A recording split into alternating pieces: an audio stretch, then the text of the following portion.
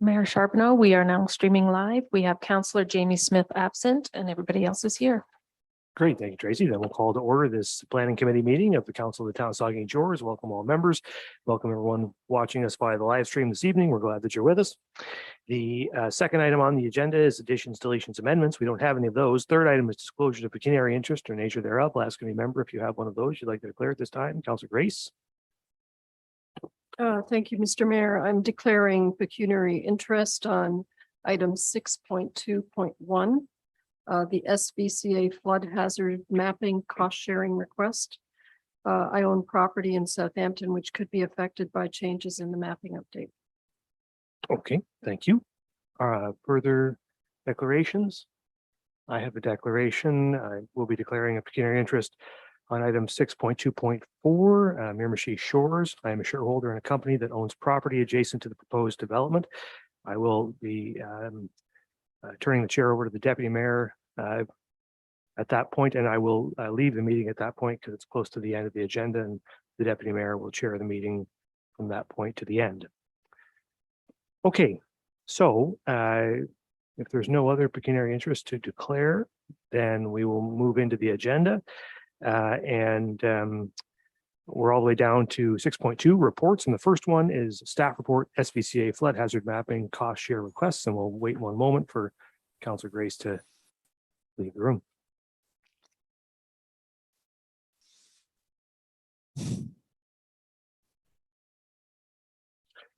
Okay, we have the Supervisor Development Services, Jay Posner, and he'll give us the report. Jay. Yes, thank you, Mayor. I'm pleased to present this report. There's a new program expected to be launched. In fact, I got an email that Friday the ministry did launch this program and offering funding to municipalities, planning authorities, conservation authorities, and others to, in this case, it's called the Flood Hazard Identification and Mapping Program to assist in the creation of updated hazard mapping.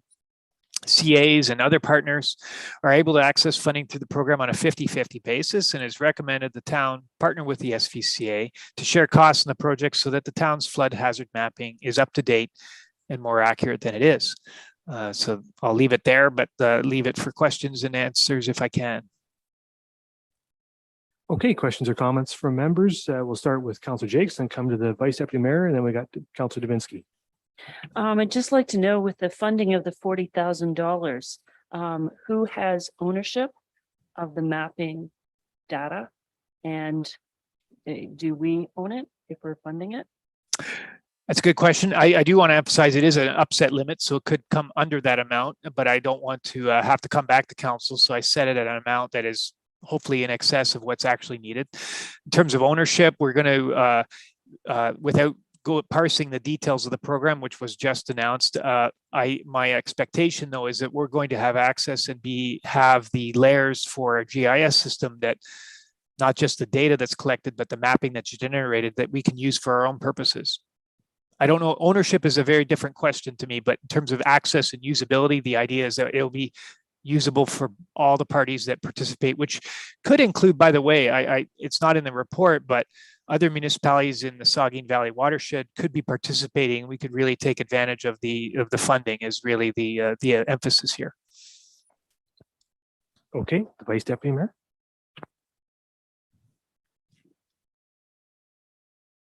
Yeah, thank you, Mr. Mayor. My question just around ease of access and in ownership, and Councillor Jakes has answered that question. But Jade, you mentioned the funding at the provincial level was just announced, and so of the $80,000 figure you have in here for SVCA in town splitting it, just repeat for me again. What did you say in terms of what funding may be available? Well, it is an upset limit. So there's a couple of elements, is that it is a 50-50 funding, federal funding, but the Ministry of Natural Resources is actually the ministry that's providing the, the programming. There's some additional training over about the application progress over the next couple of weeks. So apologies for being a bit naive on this, but there could be other municipalities that in the Saugeen Valley watershed that want to access the funding. And the more municipalities that that participate, the more the economy of scale can be generated, and the overall cost could be, per unit could be lower than if it was just the CA and the town. So, I'm not sure if I'm answering the question, but No, that's fine. Just get so per capita, like if other municipalities come on board, which makes sense. What you're saying is that $40,000 cost with funding from the feds, could that $40,000 cost to our municipality from the tax stabilization reserve, could that cost be reduced? Is that what you're saying? yes, and if I can draw it as an example, I think Brockton did a similar mapping exercise about 5 years ago, and it cost Brockton about $20,000. So I'm inflating with growth, normal inflationary pressure, but I'm trying to hedge a little bit that it will come in under that amount. Okay. Mr. Mayor, I think this is great. This mapping has been needed for a lot of years. I think from a planning perspective, going to make the process that much easier and quicker. So Jay, thanks for doing this. And I think this is a solid, very, very solid initiative. Thank you. Okay, thank you, Councilor Davinsky. Thank you, Mr. Mayor. Jay, through you, Mr. Mayor, to Jay Posner. The new study will update Southampton's flood mapping, which means they have flood mapping. And I assume create a map for Port Elgin that's never had flood mapping. Will that, because Port Elgin has never had that flood mapping, A, is that correct? And B, would that cost us more? Well, it's the sort of the second part first, is that it's not more. It's that the idea is that the whole project would map what's necessary for Saugeen Shores, both Southampton, Port Elgin, and the areas that are subject to flood hazard in the rural area. Southampton did have flood mapping done about 30 years ago. It was called, through the Latham report, they did quite an extensive study, mainly from the former Southampton boundaries. So there's sort of these arbitrary lines, political divisions that just prevent any headwaters from being analyzed. So we're really excited about being able to look at potential headwaters for the creeks. Port Elgin didn't have mapping that was done through this method. I don't want to make it sound like there was no flood assessment. They did interpret aerial photography to determine the flood mapping for Port Elgin, but this will actually be more accurate. The idea is that they do some LiDAR exercise, data acquisition, risk assessment, things that I'm only familiar with on a certain level, and they will become more accurate for landowners in the town to make planning decisions about. And Jay, I would assume then that Saugeen ward would also be included in this program. Yes, it would be the entire town. Thank you, sir. Okay, Councilor Mayat.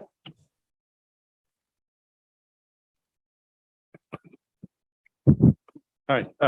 Yeah, thank you, Mr. Mayor, through you.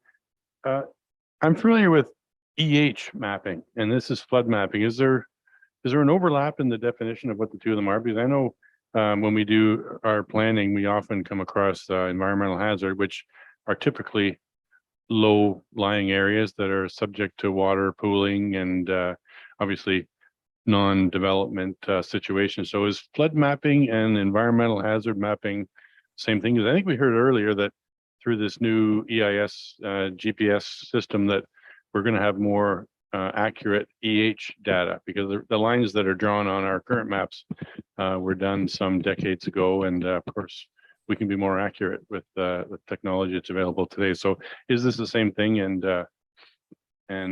yeah, is it the same thing?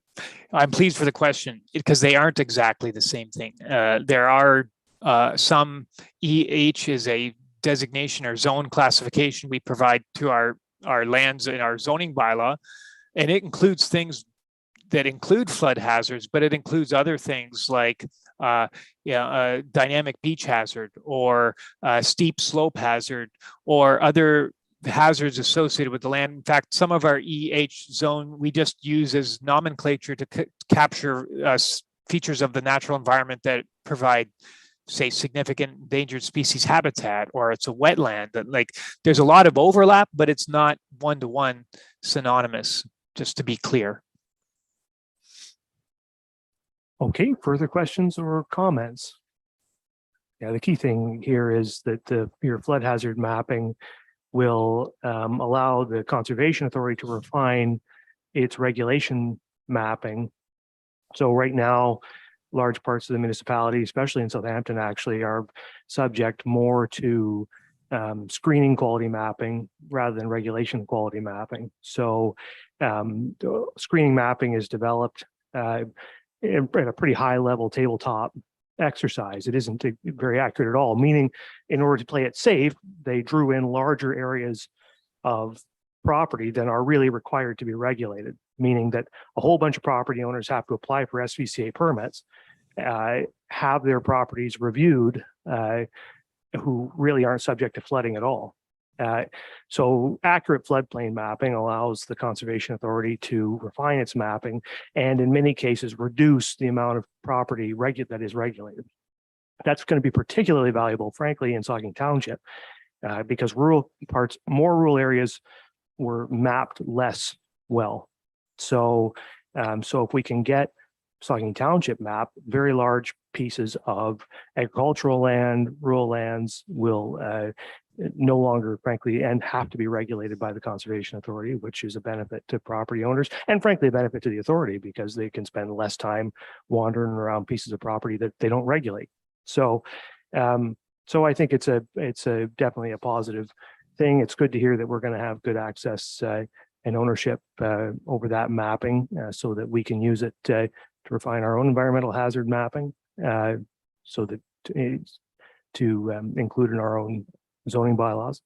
So yeah, I mean, it's a positive thing and we'll hope that other municipalities come on board and it can be a broad and effective program. So there is a recommendation that council authorize $40,000 funded from the development charges and tax stabilization reserves for the creation of flood hazard mapping under the flood hazard identification and mapping program through the province. There's no further discussion, then all in favor. That's carried. Okay, thank you, Jay. So we're on now. Actually, Jay's just going to hang out, I suspect, because the next one is, oh yeah, we're going to bring back Councillor Grace.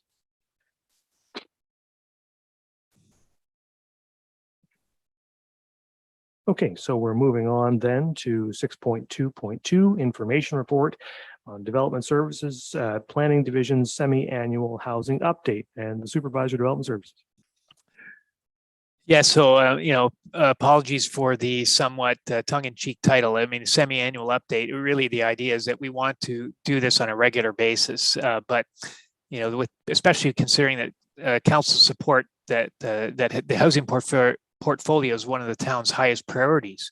We've taken a number of significant steps to support and facilitate the creation of affordable and attainable housing in the town, from the removal of zoning barriers, the creation of a housing reserve, identification of potential surplus lands, building in exemptions into our development charges bylaw, creating a CIP framework, or updating a CIP framework, exploring the community planning permit system, hiring a housing coordinator. We're going to, I think the idea is that we're going to continue finding progressive and innovative ways and traditional ways to take the steps that the town can take to make a housing more attainable in Saugeen Shores. And so the report goes into detail, and myself or whoever on the call can help answer questions or clarifications if council has any. That's great. Thank you for the report. Are there questions or comments from members of the committee? The Vice Deputy Mayor and then Councillor Grace. Yeah, thank you, Mr. Mayor, and thank you, Jay and Sibriel. It's a great report on housing. We've, I think over the last year, 2 years, this council has made some really solid decisions, Mr. Mayor, and I think that reserve that we've established, for example, for the housing fund. I'm going to ask Jay a question there in a second about the balance, but the housing coordinator's done a fabulous job, Jay, and we've worked hard on housing. We all have, this whole council has, and we're going to report later on tonight 250 apartment units, up for discussion tonight with various constructions. So that took a long time, but we're getting there, and there's some other units on the horizon that we're looking for rental units. So I like that request for proposal process for developers to develop town-owned lands. I think that is exciting. As the mayor has alluded to many times, we're the largest property owner in the municipality, and there's some lands out there that could be put to good use for affordable and attainable housing. So let's see. I think that RFP proposal process is very exciting. Jay, the CMHC funding in the report, you talked, I'm not sure what page it's on, but you did talk about that we can access and use. Give me an example how the municipality could access. I mean, I always understood the developers. I know various construction, for example, are big into CMHC financing for housing. But tell me how the municipality, because you mentioned in the report that the municipality can access. I can go back to it and find it if you wish. If you have a page, might be on page 2. Talk about CMHC says that research CMHC funding and other government grants for housing projects that the town could use. How could we use that, Jay? Well, it's a good question. I mean, at that section of the report, I'm just highlighting what our expectation was, or what we anticipated when we were, addressing the attainable housing portfolio and perhaps exploring, the hiring of a housing coordinator. What we found is that I think that the best, at least for the short term, the best pursuit for the town is to support and facilitate with private developers CMHC funding. In other words, applications that did exist and now exist as updated programs. Town can support them, but also the county as well, as the county pursues its own housing objectives. And we're excited to keep working with the development community and the county to work with CMHC and their new funding models. I have to defer to Sibril. She's not on the call tonight, but happy to have this chat offline. I wasn't expecting this question. I meant to ask that question earlier, but I just wasn't sure how we, as a municipality, could apply for CMHC funding when it comes to housing. But maybe, if you wouldn't mind asking, Sibril, I wouldn't mind hearing the answer to that question, how we as a municipality would be able to access it. The reserve fund balance, one of the good decisions this council made too, I think, was when we decided to permit developers to contribute up to 5% of development charges and direct to our housing fund. Jay, how many developers are making use of that, or taking advantage of, supporting, I should say, the 5% fee and also what the reserve fund balance is for development charges, not more for the reserve fund, I should say, but how many are taking advantage of the development charges, 5%? Well, I'd say all of our institutional developers, builders are taking advantage.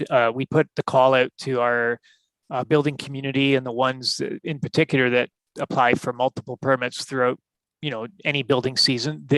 I think without question, they are all asking to allocate their funding.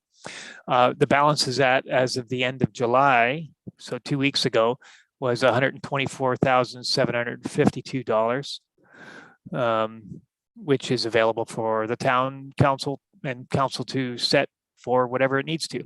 Jay, what can we use that for? Well, anything to facilitate the creation of more attainable housing, whether that's program support, whether that's new guideline development, whether that's perhaps unforeseen or unimagined programs. I know council or some members of council have talked about supporting county projects and programming.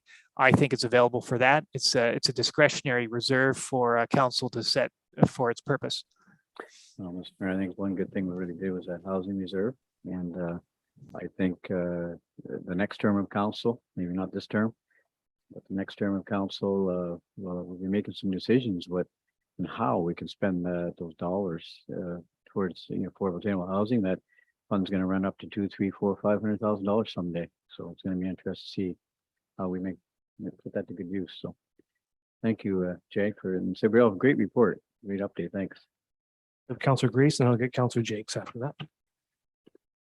Thank you, Mr. Mayor, and thank you, Jay, and thanks to Sibril for all the hard work. It's wonderful to have this kind of summary showing how you've taken the work from the Housing Task Force and really created tangible outcomes already, as well as what you have planned for the future, for the near term.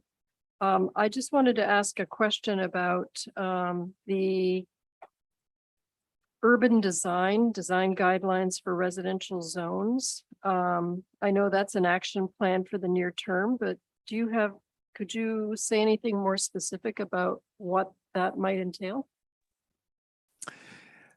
Yeah, I can, at least at a certain level. Again, the details matter, and we want to consult the public about what those details are. But what we've learned from looking at other communities, particularly Huron County and other small and growing municipalities, is that they have some guidelines that can help align some of the planning guides and principles and policies for maintaining a small town feel or a small town fit for development, while integrating some good infill and intensification policies as well.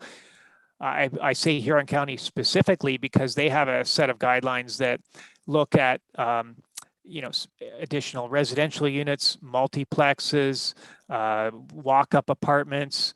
You can name townhouses, street townhouses, a series of changes that might take place in existing neighborhoods, and allow staff, council, the development community, and existing residents and I guess community people in the community understand how those types of developments can fit in within the built environment. So we've asked Cibril to examine how that could be translated to Saugeen Shores, so that when we update our official plan, which you'll get a report on at some point, but when we update our official plan for infill intensification, that there's also a set of guidelines that go along with that, so council can understand the impacts of their decisions and what that means for the development community, but also for the residents that live in those neighborhoods. So that's a general response, but I was very pleased with the response for the additional residential unit policies and the guide that went with it. But we'd like it to take the next step, which is policies for infill intensification and actual built form guidelines for that same type of change in neighborhoods.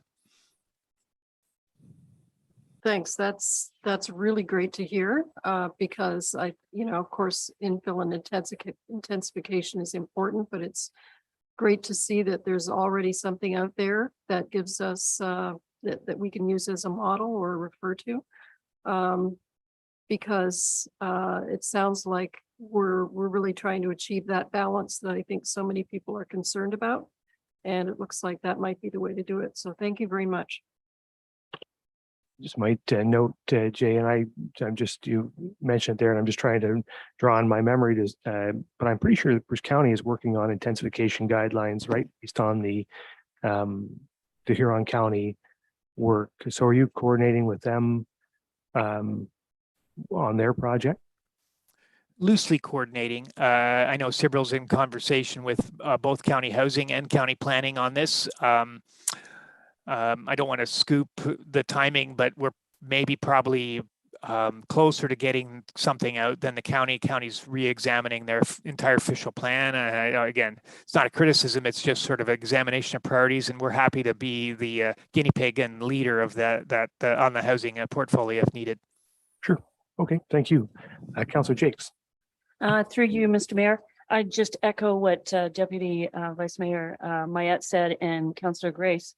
As a member of the Attainable Housing Committee, this is amazing to see, and I love it when it's on paper and I can answer questions when people call. My question was regarding the CMHC funding. Do you know if there could be a report that could come to council that states what developers have actually taken advantage of that? And then regarding affordable housing, and it just tweaked my mind with the secondary units that have been promised by developers. How many of those are going to be affordable and how much of those are built? We know we've talked it at the draft plan level, but I kind of like an update to sort of follow this and say, okay, here's what's on paper, but here's what's actually happened in action. If I could, Jay, do you know if that's well, it's a detailed type of report, and we're trying to examine the type of metrics that we can calculate and can capture with our current collection. And, so something like what's accessed by the developers for CMHC will come right now. If you set the clock as beginning of January 2022, and apologies, Mr. Mayor, I don't need a report for this, but if you set the clock as how many developers have accessed CMHC funding since 2022 in Saugeen Shores, the answer is 0. We're working with proponents that are keen to apply. We are trying to understand the CMHC process so we can help navigate that with the proponents. There are 2 that are active that are really keen to apply. We want to make sure the application's as good as it can be. When it comes to the other types of housing, like additional residential units and whether the units are actually affordable, the first part is that we are calculating the number of ARUs that are created. In the last month, 2 were created, or building permits for 2 units were issued, one for a new build with a single detached dwelling, and one as a renovation to an existing dwelling. So there's been 2. We'll do a sort of a retroactive examination once we look at the end of the year numbers. And when it comes to affordability, the actual price points, it's a little harder for us to collect because at certain points in the process, we're not imposing a price point. We do collect some information on building construction costs, but that doesn't necessarily translate into what the sale price is. And once we get our policies settled, this is a little bit of a hedge on future policy, is that we will start to be able to provide that information on a sort of an annual basis, so council knows whether, firstly, the impacts of their decisions have any effect, or whether or not we think there's any effect of the changes in town policy on affordability. But we're not there yet in terms of our ability to report accurately on that information. I don't even think just taking a absolute look at housing prices, because I don't know that they're necessarily reflective of what changes we have made with our policies, just as sort of an example. Okay, thank you, Jay. All right, Councilor Davinsky. Thank you, Mr. Mayor. Through you, Jay, I asked you this question earlier, and I think you partially answered it already. But I know a great deal of work has gone into this report. Congratulations to you and Cibriel. Can you tell me, because we're using the words affordable and attainable interchangeably, and to me, in my mind, they are 2 separate things: the attainable housing and the affordable housing. And I wondered, are we keeping tabs on how many affordable units we may have in the town of Saugeen Shores? No, I'd appreciate, if I may, I appreciate sort of the differentiation and distinction between affordability and attainability. I do not mean to use them interchangeably. They are different. Affordability is very specifically about price, and I don't think there's any benefit to trying to confuse that. So apologies on that part. On attainability, when the task force looked at it, it was meant to be an examination inclusive of affordability, but also about accessibility for people with, say, mobility issues, availability, just in terms of the right housing type for the person or household that wanted. In other words, a 5-person household couldn't find a 3 or 4 bedroom house. They could only find 2-bedroom units. That sort of goes to availability and adequacy, I suppose. There's a lot of A words that you can imagine that go along with attainability. We've also had, some discussion as attainability is really about what the town can actually do with its limited toolkit rather, is that attainability is just about creating diversification and differentiation of unit types throughout the community. We can use zoning to require higher density. We can use zoning and planning tools to create more units and infill and et cetera. So attainability was just about increasing density. That's also what attainability is. So we haven't got a policy that defines that, but I'm just providing an answers to know that there is a distinction, and I don't meant to use them as exactly the same. Mr. Mayor, Jay, I certainly was never going to accuse you of interchanging those words, because I haven't heard you do it. But the rest of council has, including myself. And I think there are 2 different stories to be told here, as you have indicated. One is attainable, which may create the affordable. but I was just wondering if we were keeping tabs on both attainable and affordable. Thank you, Mr. Mayor. Yeah, thank you. Are there further comments? I think, yeah, it's a great report and lots of important work has been done, and that we have a whole, you know, we're advancing in several different directions all at the same time. But for me, and I've said this a few times before, when you're facing a crisis, and we are facing a crisis, you have to zero in on the most achievable things that have the highest impact, and you have to drive until you achieve those things. You have to, and for me, the primary goal is build rental units, subsidize rents. Build rental units, subsidize rents. Those are the two things that I think at the municipal level, between the town and the county, we can do. And so the county has started a very small baby step on the subsidized rent front. I hope to see that expand dramatically in 2023, hopefully perhaps with the help of the town of Saugeen Shores, but then decide where our responsibility is more direct, is to build rental units. And I wonder, Jay, we've approved an awful lot of rental units in the last short little while, right? If we complete these tonight, I suspect we'll be up over 700 rental units in the first 8 or 9 months of the year. When are they going to get built? A very direct question with, unfortunately, a not very direct answer. I mean, we only go by the developers, you know, timing. And to a certain extent, we can't say you shall build the permit now. But my conversations with, and I don't want to prejudge council's decision on tonight's file related, I guess, item 6.2.3, but in discussions with Barry's Construction, they intend to construct the apartment block, at least get site plan approval and start construction on the apartment block as soon as possible. And in my discussions with the developers in the community, they're probably in the best position to move the quickest. They've got access to the means of construction. They've got access to, you know, the water and sewer available without needing to extend it great lengths. And so I think they're in the best position to get going right away. Yeah, that's good. I mean, and so there's one. But you know, and the thing is that, you know, we see an awful lot. We have some great development going on in the community. I don't mean to diminish it. We've got some good, we have commercial development, we have hotel under construction, a paramedic station, a lot of single family homes getting built, a lot of townhomes and things under construction now, some homes with additional dwelling units, but we really have to have those apartments get under construction. And so I would hope, Jay, and perhaps you and maybe the CAO could do this, reach out to the developers whose buildings we have approved in the last while, give them a call and tell them the town is eager to see those units under construction, and see if you can get some timelines from them. I think, you know, I get people sometimes accuse me of getting grumpy. Sometimes I get grumpy about certain things. Waiting for these units will make me grumpy. And when I get grumpy, sometimes I don't feel like approving new single family developments. Right? Sometimes I don't feel like having developers get their next development if they don't build the thing we need now.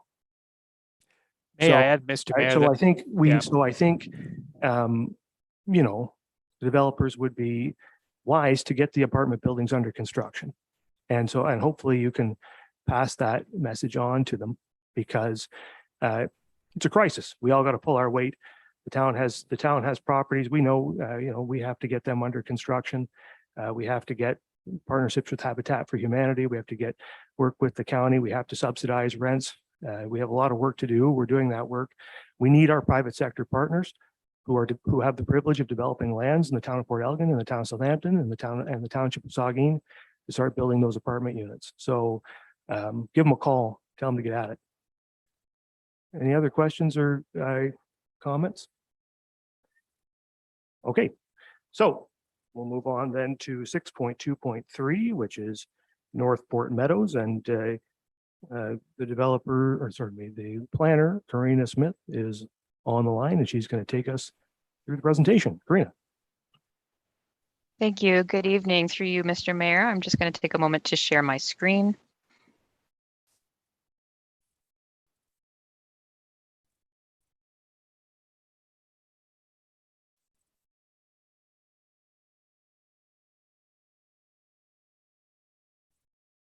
So I am here tonight to present on an application for a major revision to a draft plan of subdivision, as well as a local official plan amendment and a zoning bylaw amendment. And this is for Barry's Construction and Installation. The project name is Northport Meadows. The site's located in the north end of Port Elgin, just near the intersection of Waterloo Street and Devonshire. So the purpose of the application is to amend the existing draft approved plan of subdivision to add an apartment block and to reconfigure the road network. There is a related local official plan amendment which proposes to increase the permitted density on the new proposed apartment block. And there's also an application to amend the zoning bylaw. That application would also amend the provisions in the current bylaw to increase the density permitted on the apartment block. And there are other amendments associated with the apartment block itself, as well as to some of the townhouse lots as well. And if approved, the proposal would accommodate a revised mix of dwelling types. So this was a photo taken from Bruce Street, looking through the vacant lands to the east end of the site. And the next photo is taken from Waterloo Street and looking back to where that previous photo was taken from on Bruce Street. So as I noted, this is a major revision to a draft plan of subdivision. The current draft plan is shown before you on your screen. It shows large blocks of land, and the original proposal contemplated single-family homes as well as townhouses throughout the site. And there was a proposed extension of Waterloo Street, which is at the far end of this plan. And that was to extend to the southeast, and that was to connect with the existing Waterloo Street near Northport Elementary School, and I believe it's Mary Street in that location. And so the applicant did present a revised proposal at a public meeting on June the 20th, and the proponent has since gone back and, in consideration of comments provided at that meeting, provided some additional revisions to the proposal. So the applicant is now looking to show Waterloo Street terminating at the south end of the site. They were originally proposing it to terminate at Rosner Drive, which I'll show on the next slide. And that resulted in a reduction of one of the townhouse units, and that would be by a reduction of 1. So this was the plan that you would have previously seen at the June public meeting. So it does amend the current draft plan and showed Waterloo Street extending and terminating at the proposed Rosner Drive. The new apartment dwelling block is shown, as well as 2 blocks for access to the school, to the site, as well as to the park, to the site, to the south as well. And this is the current plan that's before you now. So I'll just maybe flip back and forth so you can see the road terminating at Rosner. And now they're showing that extension terminating at the south end of the property. And essentially what that does is it allows for the future potential connection should that be desired later on, but it also still maintains a pedestrian access to the school site as well. The applicant has also gone back and made some revisions to the apartment block. They're looking to increase the landscape open space from 19 to 22%. The bylaw currently requires 30% open space, landscaped open space. The applicant, in order to accommodate that increase in open space on the site, they have reduced the parking standards from 1.25 spaces per apartment dwelling unit to 1.2 spaces per unit. And that is a change of about 12 parking spaces overall. And this is the concept plan that you would have seen at the public meeting. The applicant hasn't updated the concept plan, so I've included it here just to, as a refresher and a reminder that it's proposing 3 buildings on the site with parking and outdoor open space and amenity area. The 3 buildings would be 5 stories in height. And this is just a close-up view of the area where the apartments would be proposed. So they would be abutting the existing 4-story apartment complex to the north, and the retirement home, which you can see in the background there, which is to the east of the site. Northport Elementary School is to the south, but I don't believe I have a photo this time around of that direction, but this shows from Northport Elementary looking to the north. So we did receive and circulate out to agencies and departments, and we received comments back from all of the agencies listed here.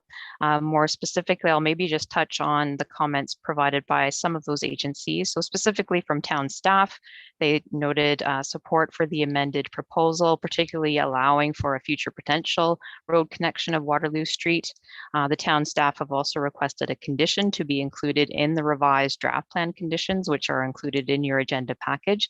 And that specifically is to allow for the availability of secondary dwelling units or additional residential units within the single family homes and the townhomes. That would be in this phase. Saugeen Valley Conservation Authority also provided comments, and they specifically noted no concerns. The conditions that they had originally provided on the draft plan would remain as is.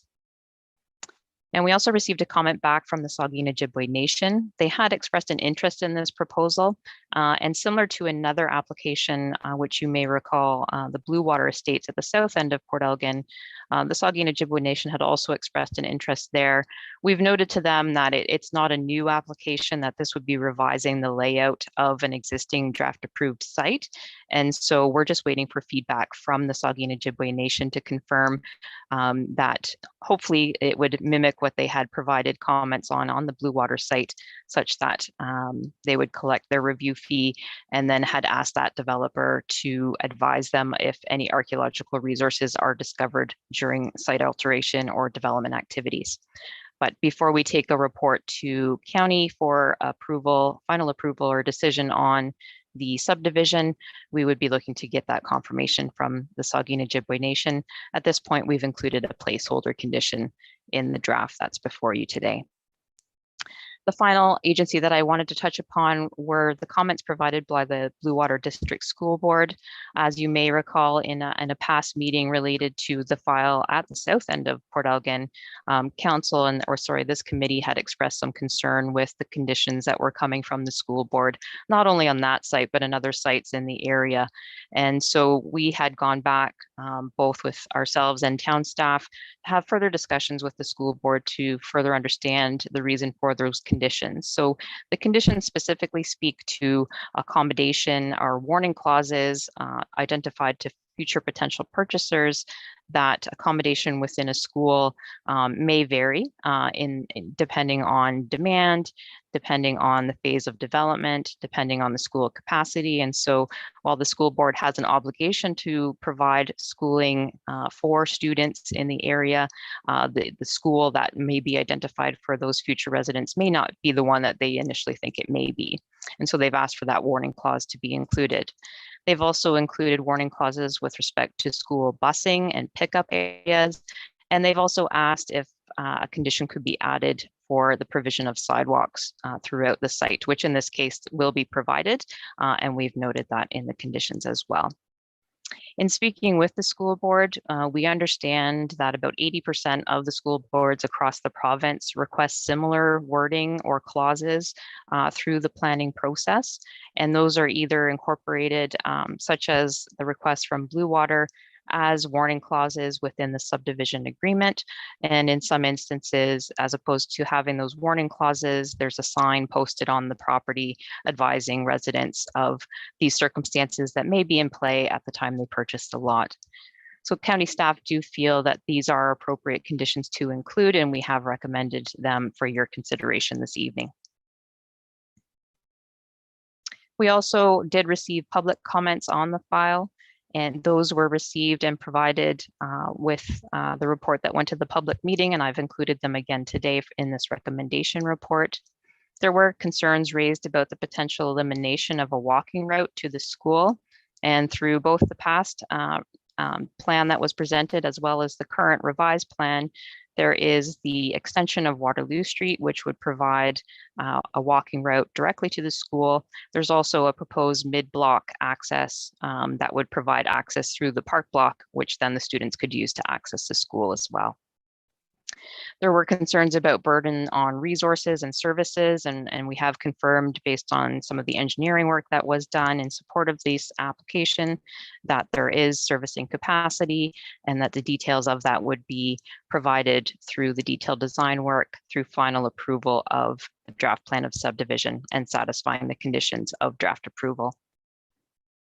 There were also concerns expressed about reduction in open space and park space. And so the town has advised there is a park to the south of this site, and there are a couple of other parks and walking trails within a walking distance of this project. And so town staff have advised that there's not a need for additional parkland within this particular project area, and that they would take cash in lieu of parkland dedication.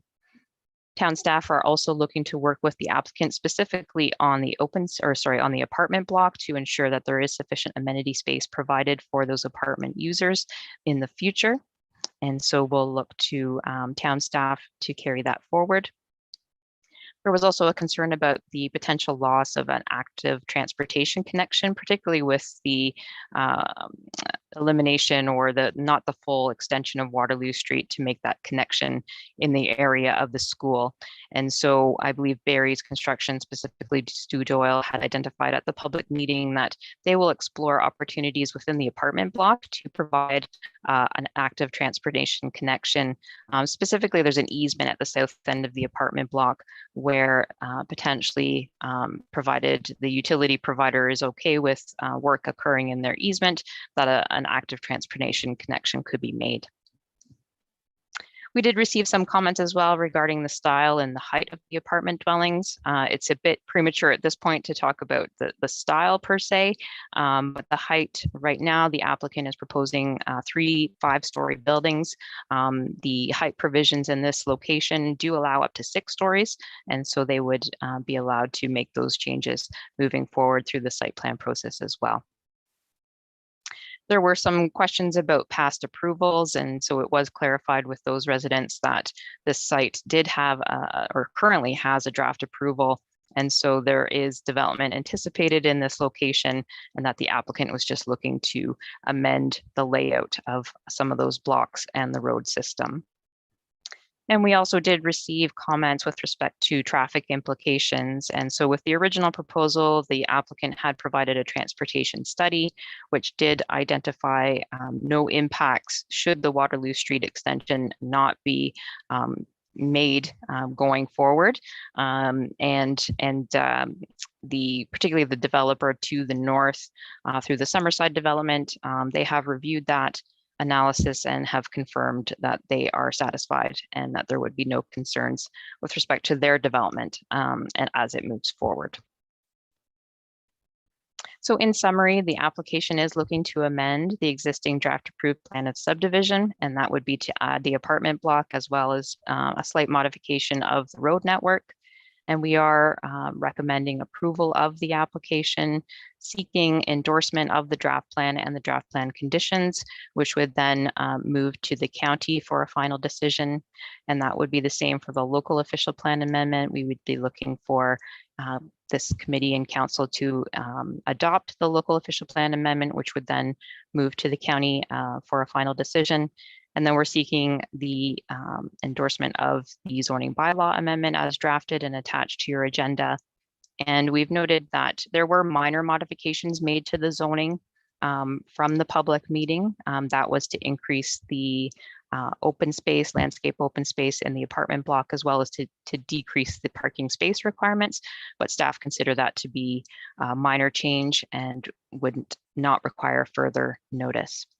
So that concludes my presentation. I apologize for taking a little bit longer than I anticipated, but I'm happy to take any questions. No worries, Karina, that was great. I have a recommendation and I will read it and then we'll take questions or comments. It's recommended that committee recommend that council provide direction to the County of Bruce Approval Authority to approve major revision to draft plan of subdivision 41T 2016-03.44 in accordance with the modified draft plan and conditions of draft approval attached. That committee recommend that council adopt local official plan amendment L 2022-006 as attached and the necessary bylaw be forwarded to county council for approval. That committee approves zoning bylaw amendment Z 2022-019 as attached and the necessary bylaw be forwarded to county council for adoption, and that committee recommend that council resolves that no further notice is necessary with respect to the minor change in the proposed zoning bylaw amendment in accordance with provisions of section 3417 of the Planning Act. Questions or comments? The deputy mayor and then Councillor Grace. Thank you, Mr. Mayor. And through you, I think this is a great development for the town. It's going to open up a lot of housing units. I like the fact that Mr. Doyle is still taking into consideration the active transportation route along the corridor, the hydro corridor, which would have been the Waterloo Street extension. I would really like to see that developed to add the active transportation road as well as an easy access walking route for the residents in that area to get to and from Northport. I think that'll be a great boost for our active transportation network. So I'm glad he's considering that, and I hope they work with the town and we get that created. Okay, thank you, Councillor Grace. Thank you, Mr. Mayor, and thank you, Karina, for your report. I've got a couple of questions that have to do with the apartment blocks. I'm happy, of course, that these are going to be affordable and rental. That's important. My first question is about the minimum landscape open space. So the minimum ordinarily is 30%. The original proposal was 19, went up to 22 by eliminating some parking spaces. Did the proponent and staff look at other ways to increase that space up to the 30% or closer to that? I mean, would that require eliminating one or more apartments? Yes, thank you for the question through you, Mr. Mayor. My understanding is that the applicant has been in ongoing discussions with the town, and the town had expressed in its comments back to the county a desire to continue those discussions to see if there was opportunity to increase that open space. And I believe in the report I had included an option of, potentially one of the buildings or one or more of the buildings could increase in height, which would then allow for additional ground floor area for open space purposes. I would perhaps maybe defer to Jay to see if there's any other specific options that have been discussed with the applicant at this point in time.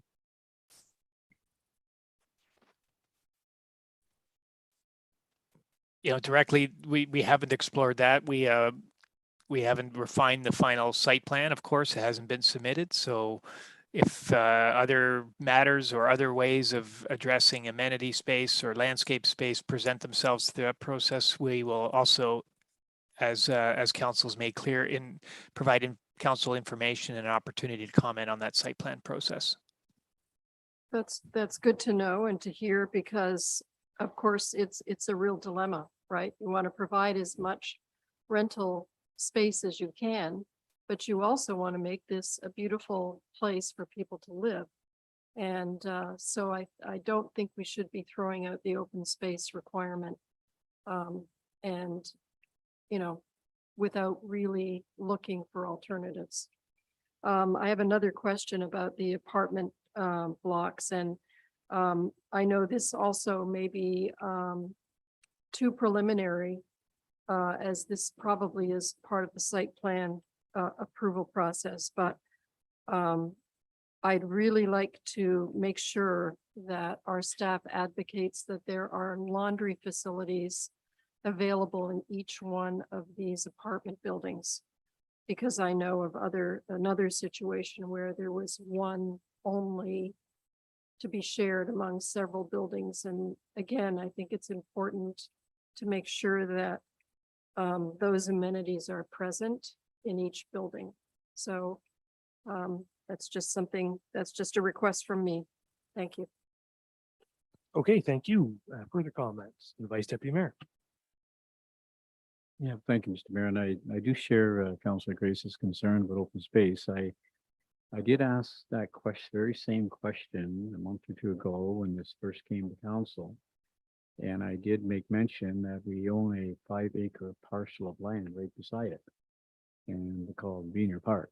And when our 2 new ball diamonds are constructed in 2024 and opened, that Beaner Park major diamond should be disappearing. At least that's the plan, I believe. It's all along. And we'll free up a sizable amount of space at Beaner Park. And we don't know right today what that land is going to be used for, but I don't think it's going to sit empty forever. It's a prime piece of property with water and sewer. There's 5-6 acres there. And you know, I think in this case, perhaps it's not a terrible idea to take cash in lieu for parkland. I've never really been a big support of that. Big supporter of cash in lieu. I think if you could take green space, take it every time if we can. But this might be the exception with Beaner Park right beside it, because I think that that park can be well used for those. What we have here: 42 single units, 65 townhouses, 3 apartment units, 237 apartment units. They need green space, and I agree, Councilor Grace. They do. It's important, and so I just hope this council in the future remembers this conversation from tonight, because we need green space in that development. Summerside's Park is an acre. It's a beautiful park. We just put a new playground in there, but it's a few, it's 4 or 5 blocks away. People can walk with their strollers and then bike walk when they're riding the bikes. I get that, but I think having little neighborhood parks is important. And so we're letting, if this approved, that letting the developer off without a park. Although Councilor Grace suggests take another look at it. Maybe we should, but keep in mind we do have Beaner Park right beside it. And I think that can be put to good use in the next couple of years. Okay, thank you. Are there further, Councilor Matt? Thank you, Mr. Mayor, and through you. I'd first like to say I'm really happy with what the developers come back with. I think that meets a lot of the concerns that were raised by the public and by this committee. My question is more with the process. And when you read the recommendation, it says a committee will recommend to council, which is us, in another week, to the county, to provide direction to the county of Bruce to approve the major revision of the draft plan subdivision in accordance with, and then the committee will recommend to council local draft amendment. It just seems, is the approval for this subdivision lying with the county or with the town of Saugeen Shores Council? So just a note of clarification there. So you'll note the bylaws are on the agenda this evening to implement these. So it's not, we won't be waiting 2 weeks for approval. Council will be able to consider them tonight. Okay, sorry. But yes, the County of Bruce is the approval authority for draft plans subdivision and for amendments to the local official plan. So these have to go to the County of Bruce for final approval. Okay, it just occurred to me that this is kind of the definition of bureaucracy, and I can see how the developers get frustrated with the levels of different approval bodies that they have to go through, and one recommends to the other. And I just hope that there'd be a day in the future when things are more straight line. Thank you. Thank you. Are there further comments? Councillor Davinsky. Thank you, Mr. Mayor. At the end of the report, it said there was a minor revision which wasn't worth having a public meeting, and I agree. However, we've also mentioned twice in this report, major revision.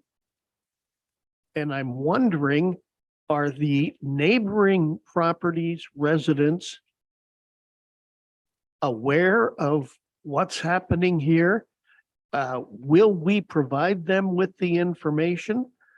Or is it only to those who signed up at the public meeting and said they wanted to hear more about this? Because major revision and minor is quite different. And I don't know that we need a public meeting, but we certainly need to let them know what they're doing. Thank you. Yes, I can provide clarification on that through you, Mr. Mayor. So the terminology major revision to a subdivision is a term. We have a major revision and a minor revision, and the major revision typically requires agency circulation and circulation to the public, and that has happened here. And members were advised of the public meeting date and were given the opportunity to provide those comments at that public meeting.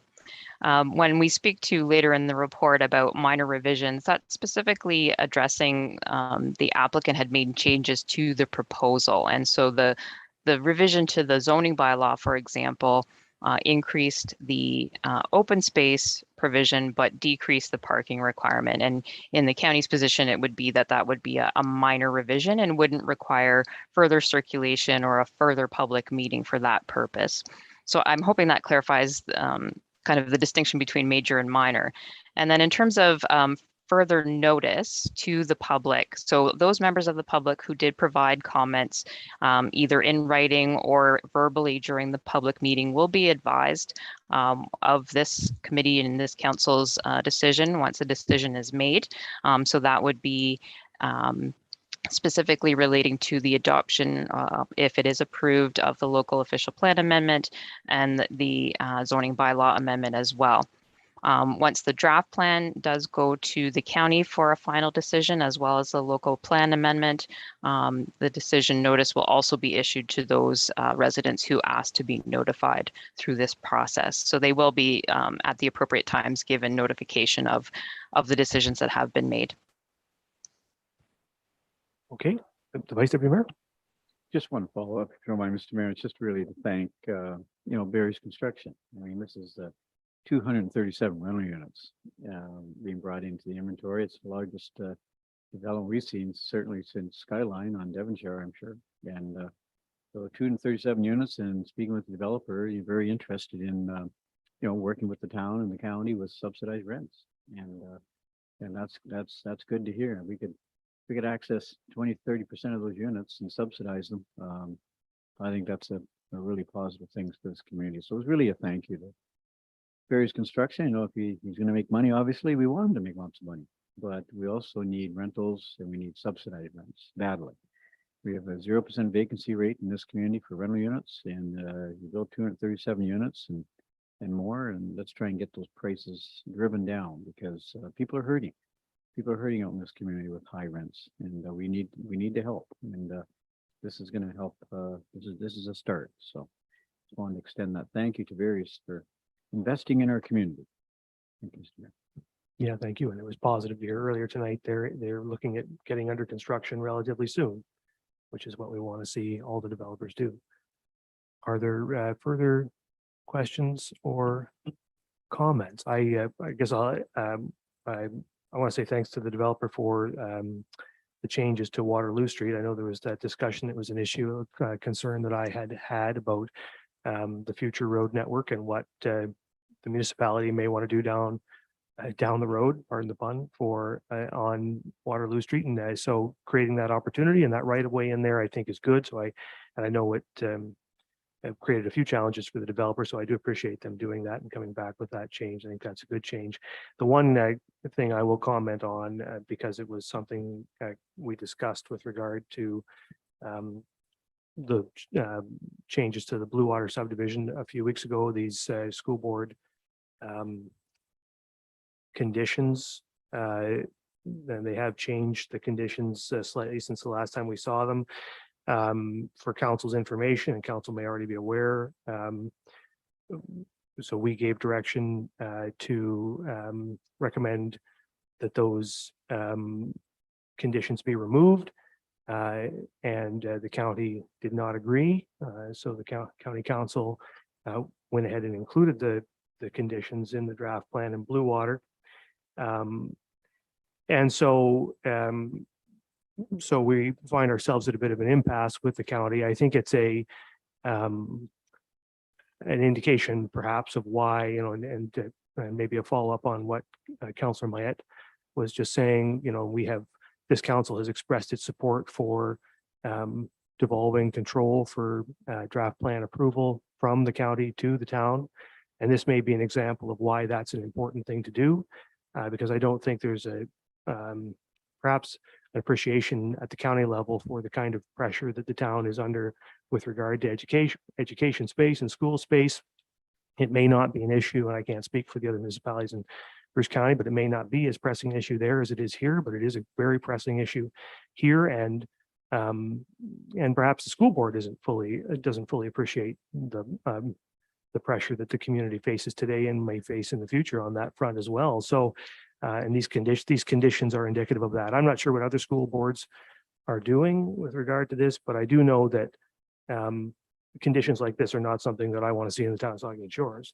Because I want to see us provide school space rather than tell people that they may have, they've come up with an interesting euphemism, the alternate attendance boundary. That means a school somewhere else. That's what that means. So it's the same thing, different words. And it's something we shouldn't just accept. We should push to have the schools we need instead of conditions in draft plans. So my temptation, what I would like to do, I guess, is to again request the county to remove these conditions. I expect county council will probably include them anyway, because they did it once before. But I think from my perspective, I'd like to keep making that statement because I think it's just an important issue here, and I don't think it's something that we should accept. So I'd like to see the conditions removed, or at least to recommend to the county they be removed. Any thoughts on that? Yeah. Sure, if you want to make one.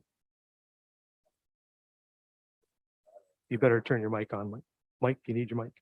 We had talked about this earlier about this, and I do agree that that should happen, Mr. Mayor. So I don't know how you want to word the motion that the Subject Choice Council requests that the conditions put forth by the county, this application will be removed. Is that like the word? The conditions put forward by the school board.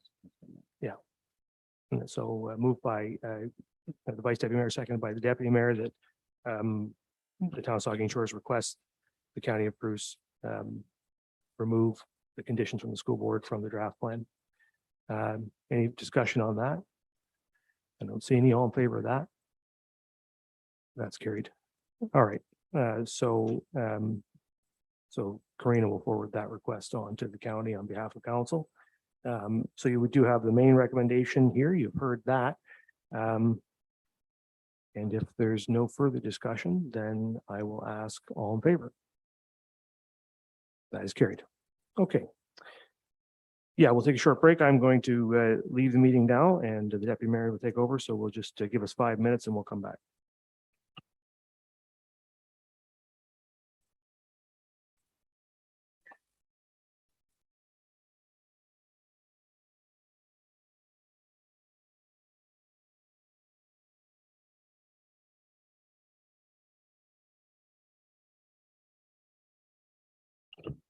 Okay, the mayor has left and the deputy mayor is stepping in. You are good to start.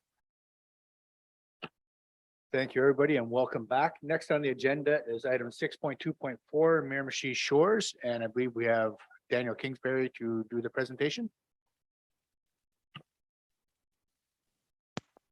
Thank you, Mr. Deputy Mayor, and good evening, members of council.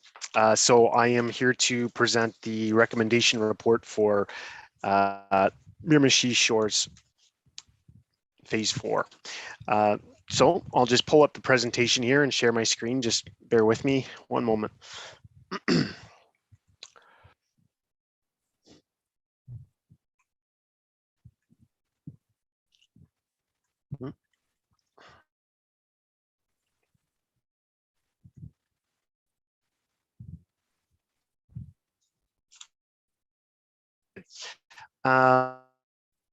Start here. It forms part of the Miramashi Shores subdivision. This You're cutting out, was, Daniel. historically known as phase. Daniel, unfortunately, you're Okay. cutting out. I'm going to. If you just remove your video, maybe you can get better reception. Yeah, we'll hope that helps. It may be helpful if somebody could advance the slides. That might also preserve bandwidth as well.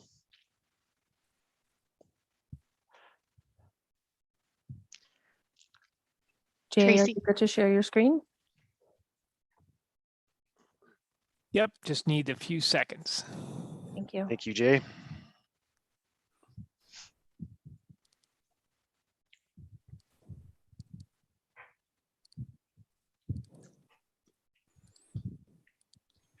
A lot of emails the last few days. Let me get this the right one.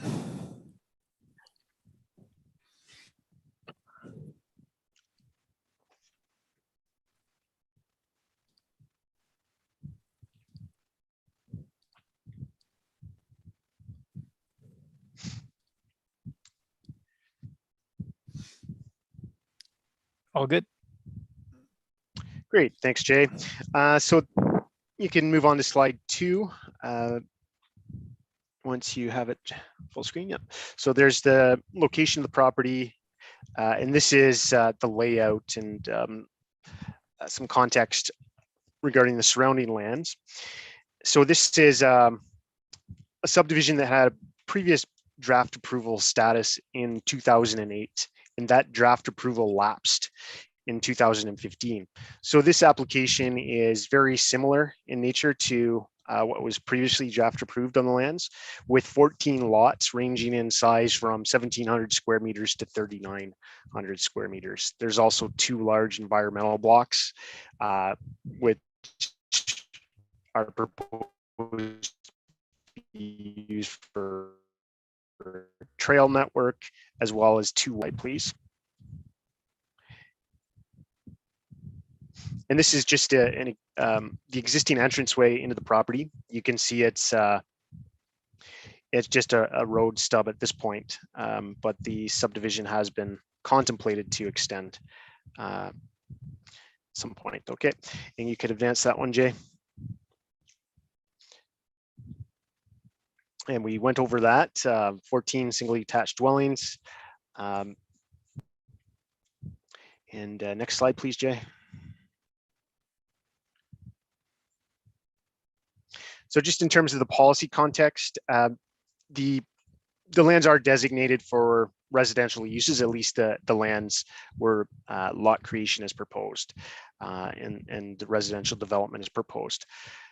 So those lands went through sort of a comprehensive planning process probably about 15 years ago through that previous draft plan approval process that granted the residential designation. There's also a special policy area that overlays a portion of the lands, and that's special policy area 4, which recognizes the area between Southampton and Port Elgin along the shoreline is sensitive, has some sensitive environmental features, but some residential development is contemplated subject to demonstrating no negative impacts to the natural heritage features and the unique features in that area. In terms of zoning, which is the next slide. So lands are zoned R1-2, so that's the low density zone in the town. The 2 special provision relates to septic setbacks. And so I won't go into all these planning considerations. I think to be prudent with time, I'll maybe touch on the points that came up at the public meeting, both the public comments and through council. And there's a few of them, including affordable housing, tree retention, archaeology, fencing, and access to the lands where there's some updates to council to provide. Next slide, please. So let's start with tree retention. The EIS that was conducted in support of this application recommends a 25% retention of trees in order to mitigate impacts to the natural heritage features within the lands. And so that tree retention largely takes place in the back of the lots. So the back of the lots are proposed to be treed. At this point, there's ongoing discussions on how to best implement that tree retention plan. The town has used various strategies, including zoning and sort of site-specific permissions to various effect. And so that's an ongoing discussion between the SVCA, the proponent, the town, and the county. And prior to registration there'll have to be an agreed upon implementation strategy, whether it's zoning or some other form or tool that can be used to ensure those trees are protected. Next slide, please. So we did get some comments from Saugeen Ojibwe Nation, or Saugeen, regarding concerns with natural heritage impacts, as well as the archaeological methodology. So the archaeological assessment that was submitted in support of this application was actually conducted in the mid-2000s. So that the techniques may have changed and may not be aligned with Saugeen's archaeological guidelines. And so the proponent entered into a letter of agreement with Saugeen to conduct additional archaeological work on the site. That happened just a couple months ago, actually. And the consultant, AMIC, the archaeological consultant, provided the report to Saugeen. Saugeen was actually on site during the field investigation as well. And Saugeen has effectively determined there's no issues or objections to the assessment. However, they have requested to be notified if there's any archaeological artifacts or human remains found. And so there's a condition included in the draft plan conditions that would see the proponent and Saugeen sign an agreement that would outline how that archaeological discovery would happen, as well as some potential concerns regarding natural heritage and groundwater impacts. Again, the agreement, as captured through the draft plan condition, would see the proponent provide testing or assessment, water quality assessment results to Saugeen post-development. We did receive comments from Bluewater District School Board, identical to Northport, which Karina spent some time going over, so I won't go over those in great detail. And critically, the Saugeen Valley Conservation Authority provided some conditions as well.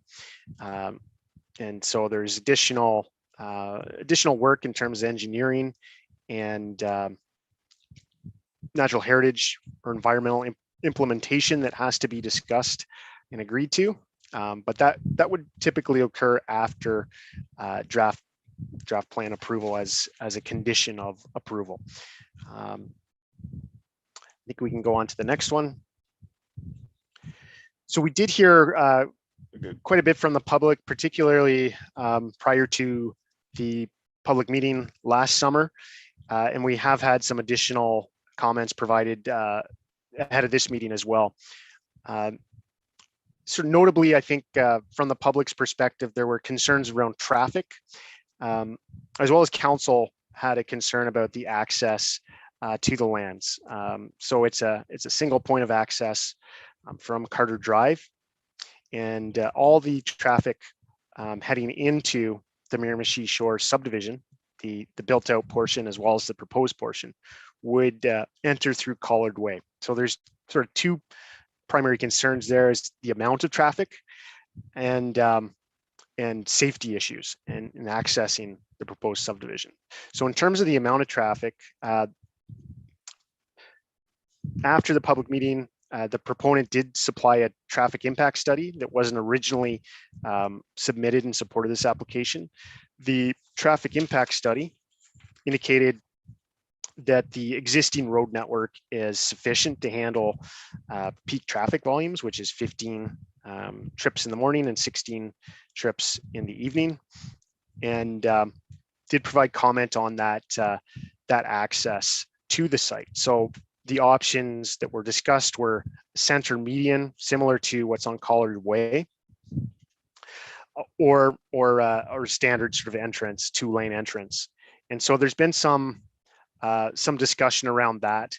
The issue with the center median into the proposed subdivision would be the loss of some mature trees that also provide screening and buffering to the two existing homes on either side of that road. So those would likely be lost if the center median were to be included as a condition. There was a proposal or discussion around an alternative access through the environmental lands. That would result in a fair bit of environmental destruction. And I'm informed that town staff have been discussing this internally, and the fire chief has tentatively or preliminarily indicated that the existing entrance on Collard Way should be sufficient in terms of whether or not there's a safety issue or a blockage, provided there's no parking signs installed along Collard Way. So it's staff's recommendation that a standard 2-lane entrance to the proposed subdivision be adequate for this design for 14 homes.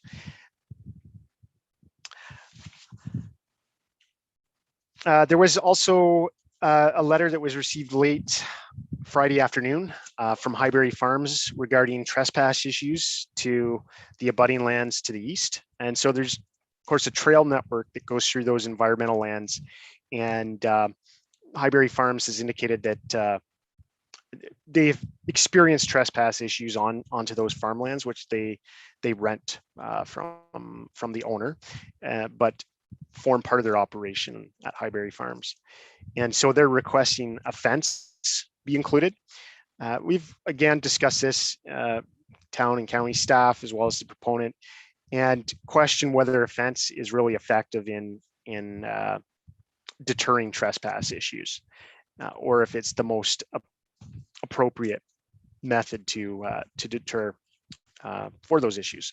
And so we've recommended that a fence not be included. However, of course, this is a council decision. And so if there is that desire from council, that is entirely council's prerogative to include a condition. To that, I won't go into too many details on the other comments that were raised by the public. Not to suggest they're not important. To a large extent, they're covered in the planning report and various supporting documents that were submitted in support of this application. But I think it's important to note that the principle of use, as I mentioned, or the lands are already designated for residential uses and zoned for residential uses. And so there's a reasonable expectation that there's going to be development on those lands. And so the process we're in now is a plan of subdivision process, which is a somewhat technical process to divide those lands. So that concept of, these aren't good residential lands, that was a decision the council made 15 years ago in terms of designating these lands for residential uses and zoning them as such. And so the plan of subdivision process is really trying to, is again, a technical process to divide the land in accordance with the policies of the official plans, the county and town official plans, as well as the zoning provisions. Okay, next slide.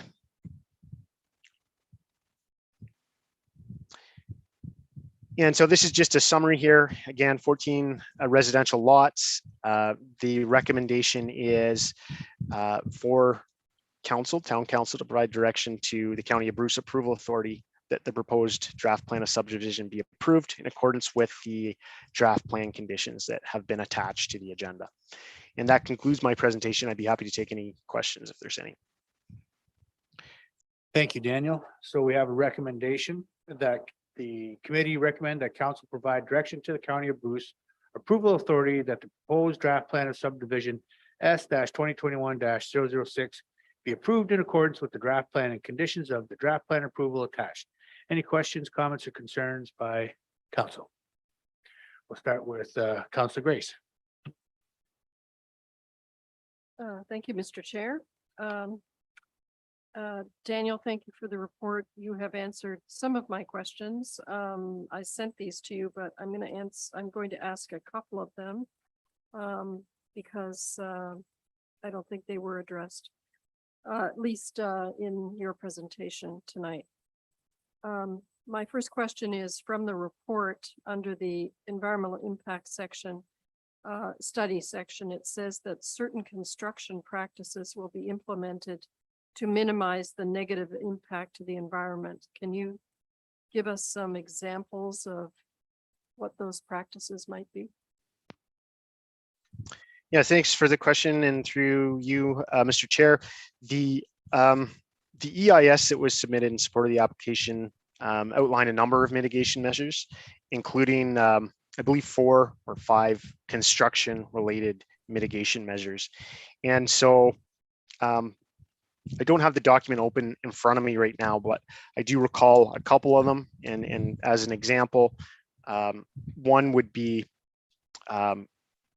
that the extent of the vegetation removal and damage be clearly identified, both in contract documents as well as in the field through sediment controlled fencing.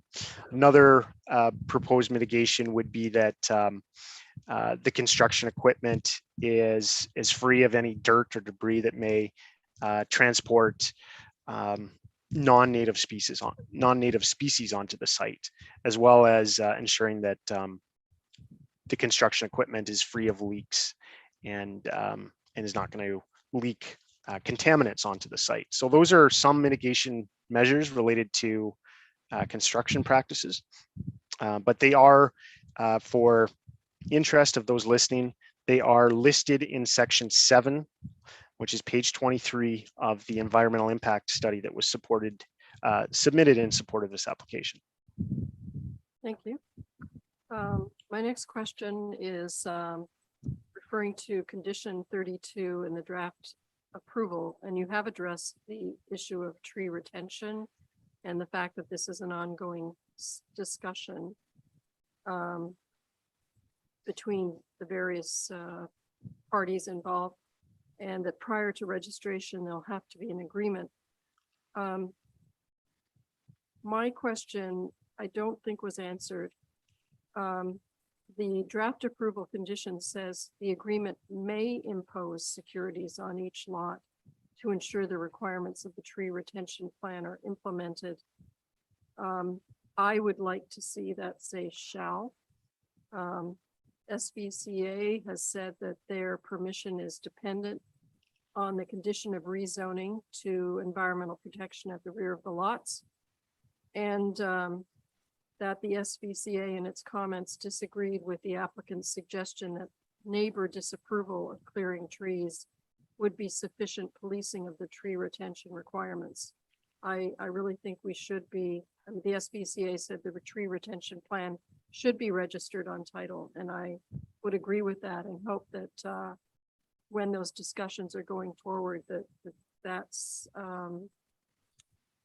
that people are mindful of the SBCA's position on that. Got a couple more, if I may. You have addressed Daniel, the requirements of SON, and condition 45 says that the owner must enter into an agreement with SON to satisfy those requirements. I wonder if you could briefly discuss for the public, because SON's letter also asked for a process to be put in place between the county municipalities and SON to address the cumulative impacts in SON territory at the earliest stages of planning, and they're particularly concerned about shoreline development. So do you have any information about what the county is planning to do to address those concerns, and how will the town be involved? Yeah, thank you for the question. So SON has become increasingly more involved in the review of development applications, particularly major landscape transformation proposals such as subdivisions. Historically, they've likely been understaffed and haven't had the resources to participate, but there's certainly a willingness there now. And so we have a very constructive working relationship with SON.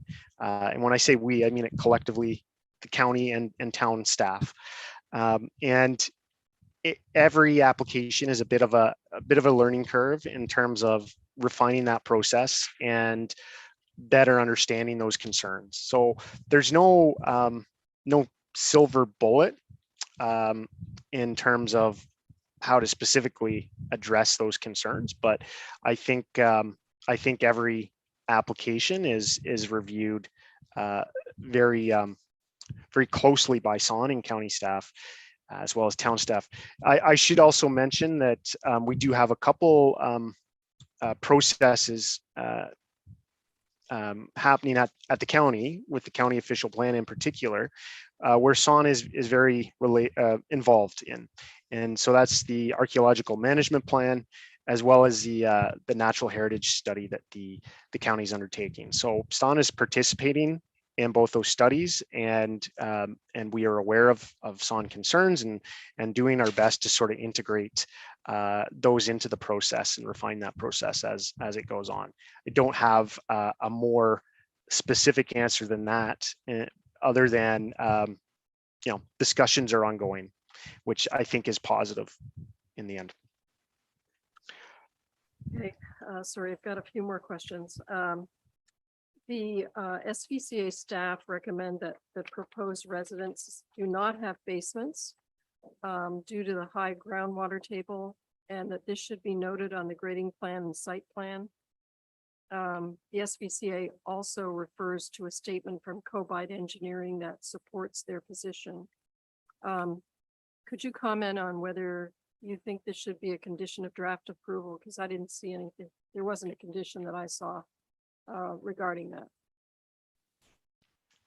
Yeah, so following draft approval, additional studies will be undertaken, or refinement of studies will be undertaken in terms of the engineering on the site. And so it may be premature to preclude basements through a draft plan condition when there's another process, namely the subdivision agreement that will be executed between the town and the developer if this approval is granted. And that may be more appropriate in addressing the basement concerns. I don't believe Miramashi Shores includes basements from being developed. And I do believe some of the homes have basements. I'm not certain of that, but I think it's probably prudent to keep the door open in terms of perhaps the importation of fill that would effectively allow for basements or partial basements. Resident desire. So I think it's sort of best left to the subdivision agreement process that will sort of outline in a very detailed manner how site-specific development takes place on each lot. Yeah, I mean, I could see that affecting our request that at least 5 of the dwellings contain secondary suites. And so anyway, thank you for that. Just a couple more, Mr. Chair, I'm sorry. Is that okay?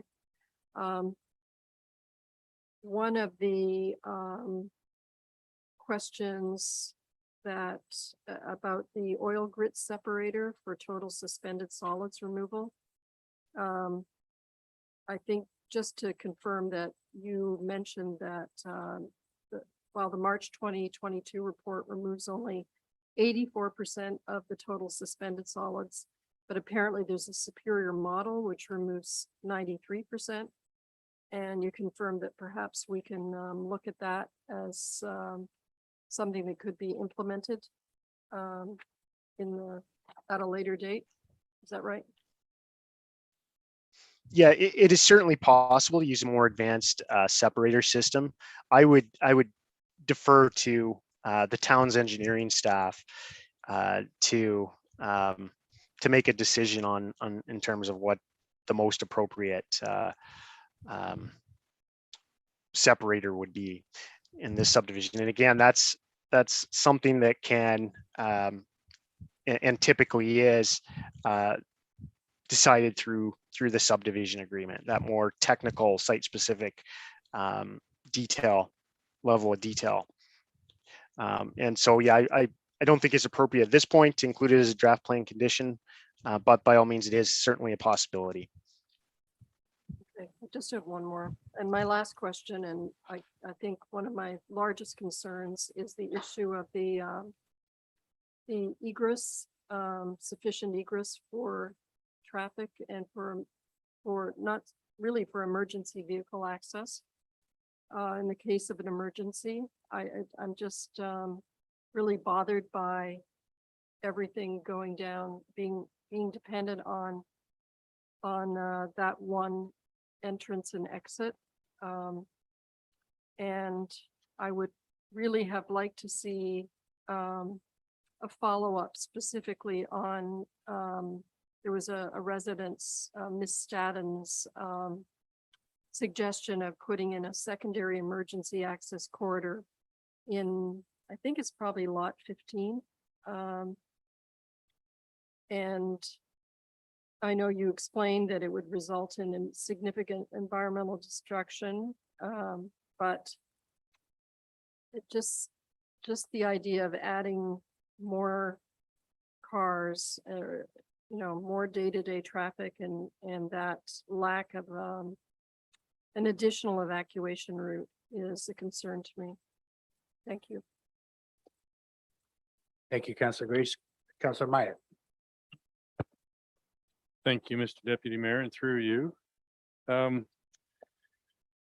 I've read the comments and I somewhat sympathize with the sentiments that have been raised by the neighbors in the attached correspondence and petition and so on and so forth.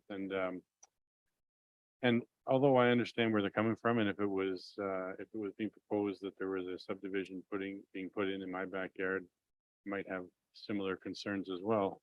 But knowing, as they should have known, that there was a approved subdivision in this area for the past 15 years, even though it lapsed, but knowing that their real estate people must have told them when they bought these lots and they built these houses on what are essentially some of the finest homes and lots in all of Saugeen Shores, certainly in Saugeen Township. They must have been aware when there was a dead end road there that the subdivision plan was in place, and that essentially the lots that their homes sit on today were pristine forest not that many years ago either. So the assertion that somehow we're destroying the forest and tearing down the trees to build more homes, well, that's exactly what happened in order to put those Collard and Carter homes in place as well. And not only that, but the owner of this subdivision, proposed subdivision land, has and continues to allow the public to use his land and trails most generously, including through this new subdivision, which will make connection trails, which also I believe speaks to the access and egress question, which is certainly if there was a major motor vehicle accident that blocked the entrance and exit way with the boulevard into the, and then subsequently there was a medical say or another emergency in the area. There are alternate egress and access routes through those trails. They may not be paved and have shoulders and curbs on them, but there are, if need be, a vehicle can get in there through those trails. The routes do exist, whether it's an all-terrain vehicle, whether it's a regular vehicle. Those trails are rather robust, and I believe that in an emergency situation they could get people in there.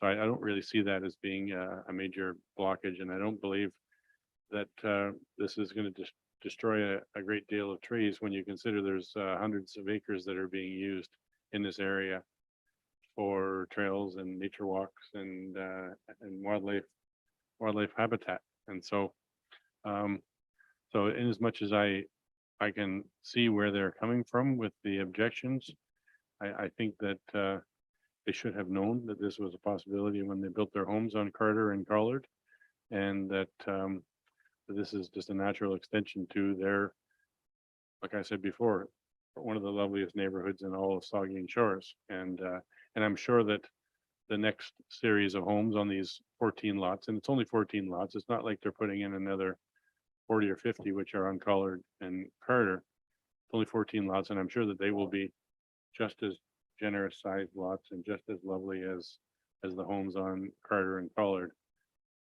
So for that reason, I'm inclined to approve the recommendation, and I'm sure that in time that those neighbors will become neighbors and friends, and that the disruption for the year or two of construction will be fade in their memories, and this will be a great addition to the neighborhood down there, and I look forward to the opportunity to see what's going to be built down there, because this developer has a long history of building lovely homes and great service to the community.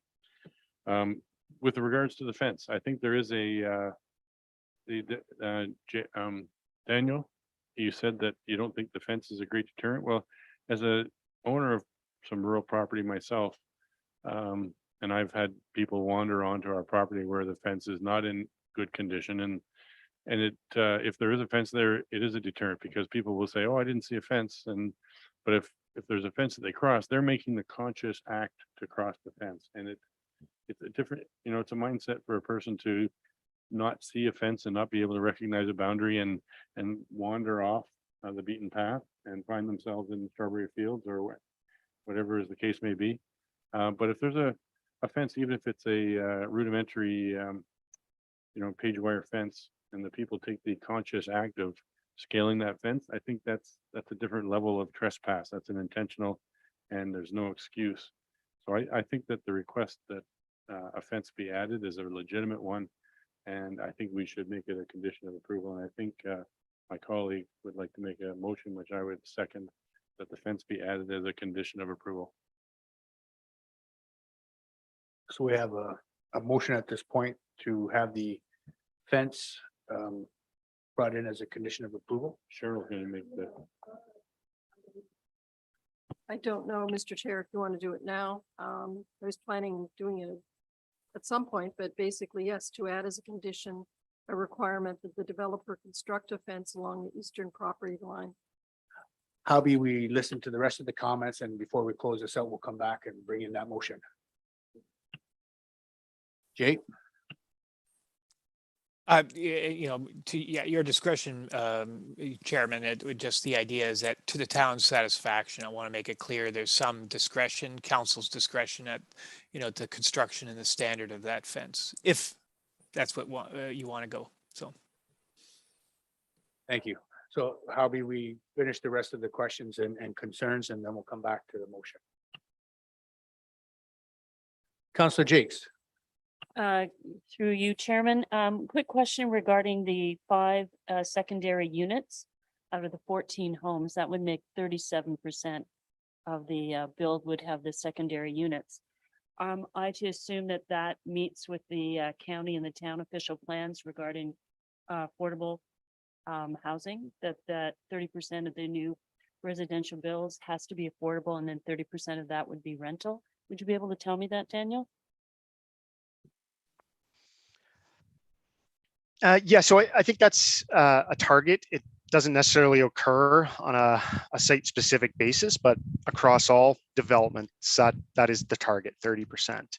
And so what the town's proposing through its condition is to assist in achieving that 30% target. They would require either secondary suites within 5 of those homes or cash in lieu of. So it does contribute to that target, but it doesn't explicitly state that every development has to have 30%. So what you're saying is those 5 secondary units, that's what we're asking for, but maybe not what the developer would agree to. So then the money, any money could be given or donated on behalf of those units to the fund for affordable housing? Yeah, so I think that the condition as it's structured provides an option, and that's to help facilitate the discussion between town staff and the proponent in terms of what the best approach is for secondary suites. It may be in the form of 5 secondary suites within 5 homes, or it may be cash in lieu of. And so yeah, that detail at this point hasn't been confirmed yet. That will happen through the subdivision agreement, whether or not it's cash in lieu of or sort of 5 built secondary suites. Okay, thank you. Vice Deputy Mayor Myatt. Yep, thank you, Mr. Deputy Mayor. And I actually, Councillor Jakes, it was my number one question at the top was about secondary dwelling suites, and I am pleased to see that clause in there about the cash contribution to attainable housing. You know, we heard a report just 2 weeks ago from Bruce County. It was 28 units in funding coming forth, and the number they used was about $7,000 a year in rent subsidies to drive that 1-bedroom apartment cost from $1,400 down to about $800. Wouldn't that be great to have 100 or 200 units like that in our community? And I like this clause because I'm a big supporter of secondary dwelling suites, and that 247 units tonight from various construction for apartment rental units, that's golden, and another 500 on the way. So we can do rental units in other ways too. 5 units in an area with large, close to estate lots or very large lots. I don't know. I think that that money, you know, this clause here says it can go into the housing reserve. Wouldn't it be nice to help $7,000 a year? Would it be nice to be able to help 10 families, you know, with rent subsidies? So I think it's good, that clause that you know, there's 5 units or the subsidy to the housing reserve. So as a matter of fact, I would prefer that to happen in this case. I'll talk to the fencing a little bit later as well. Mr. Deputy Mayor, but we've got about 3 kilometers of woodland trail along there. We ought to be careful with that decision we're going to be making later, in my view. You talk about the grit separator, Olson grit separator, and I guess the question I have, Jay, you know, if you look at a stormwater retention pond down that area, I don't think anybody wants to see a stormwater retention pond. I think the old grit separator is the answer. But I just wondering, the Minister of the Environment, Jay, you know, the percentage that we're using with this, what is being recommended here, is that something with the Ontario Building Code, the building permit, the Minister of the Environment, is something that what's being proposed is okay? Is it approved by the ministry? Well, I don't have that much information at this time. I certainly have enough information to say that's not our standard. The standard we have is the standard that has been identified by the developer, but I don't want to completely discount the opportunity to examine that. I mean, our main issue is how easy and is this compatible with our normal maintenance and operational regime? So we've taken the comment from the resident, and you know, at this point going to have the dialogue with the proponent and with town engineering staff. Of course, we're in a bit of flux right now as to whether that is something we can manage, and if it is, then I imagine, you know, subject to you know, if I could snap my fingers, maybe this becomes the new town standard. Okay. 2 other questions, Deputy Mayor, and that's probably for the Director of Community Services Operations, and maybe Councillor Grace wants to wade in here, but I had a question here I wrote out earlier, and it's on the horizon. Is there a tree retention plan and tree cutting bylaw in our business plan? And Councillor Grace saying maybe there's something to do with the tree canopy plan perhaps, but Director of Community Services, is there something in the future that we talk to? Because one of the comments made from one of the residents was about a tree retention plan and tree cutting bylaw. Is that on the horizon? Yes, thank you. And through you, Mr. Chair, one of the 9 recommendations that came through from the Environmental Stewardship Ad Hoc Committee was to prepare recommendations for the 2023 draft operating budget to investigate recommendations for an urban tree canopy plan for the town of Saugeen Shores. Okay. So you'll see that advance next year in our work plan. Perfect. And, you know, Councillor Grace, I at one point in time, I was concerned about cholera coming in and out of that area, and 14 new residents going in, and I was concerned at one point, but you know, the fire chief has indicated that that's not an issue. The traffic impact study has indicated it's not an issue. There's 2 sides to that road coming in and out. It could be blocked at the entrance, granted, but I'm not as concerned as I was you know, when I first heard about this. And Councilor Matt's got a couple of good points too about exit points, but you know, I think I think if our fire chief is content that this is okay and the traffic impact study is indicating it's okay, I'm not as concerned today as I was, but anyways, and again, the fencing I'll talk about when it comes forth. Thank you, Mr. Chair. Any further questions? Councilor Carr. Thank you, and through you, Mr. Chair. I guess the questions are towards Jay or Daniel, whoever can answer them. Just looking for some clarity. I just going back to, I guess, maybe the public meeting when we had talked about this subdivision. I think the question had come up that I could be mistaken here with this comment, but is there not a maximum number of homes that we can put on a cul-de-sac? Is that not the way it was phrased that some of these concerns were brought forward with? With that one entrance and egress, I guess. Is there anybody that can answer that one?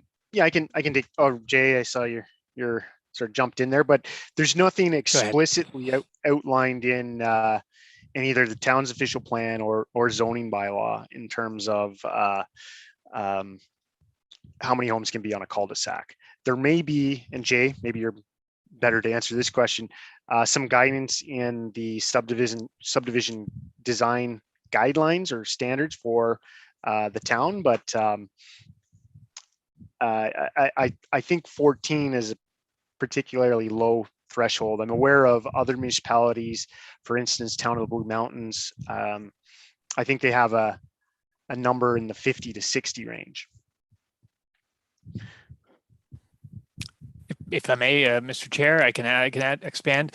Certainly, the town has a guideline that talks about, new development construction not on single access road not exceed 150 meters. I think that's the number. We're certainly beyond that. I think the stress is that that's from a greenfield development area. We're here at a rounding out area. So are there opportunities, especially considering this was already a draft approved subdivision? We're now re-examining it. It's now scaled back from the original approval. We've had, fortunately, by the proponent, prepared a TIS, which indicated that, ways of mitigating. The recommended way is to create a median at the entrance to the development. And even now, with new staff turnover, with fresh eyes, we've had our new fire chief examine that another measure to protect, for emergency, for life safety is to ensure there's no parking permitted on the street. Now there is sort of a managed access to the development if those things are done, and I stress if, which are through the subdivision agreement and the implementing bylaws. That matter is addressed. Okay, thank you. And through Mr. Chair, another question to follow up on that. You touched base on the traffic impact study. Now, when I heard the numbers, there was only 14 or 15 extra movements twice a day.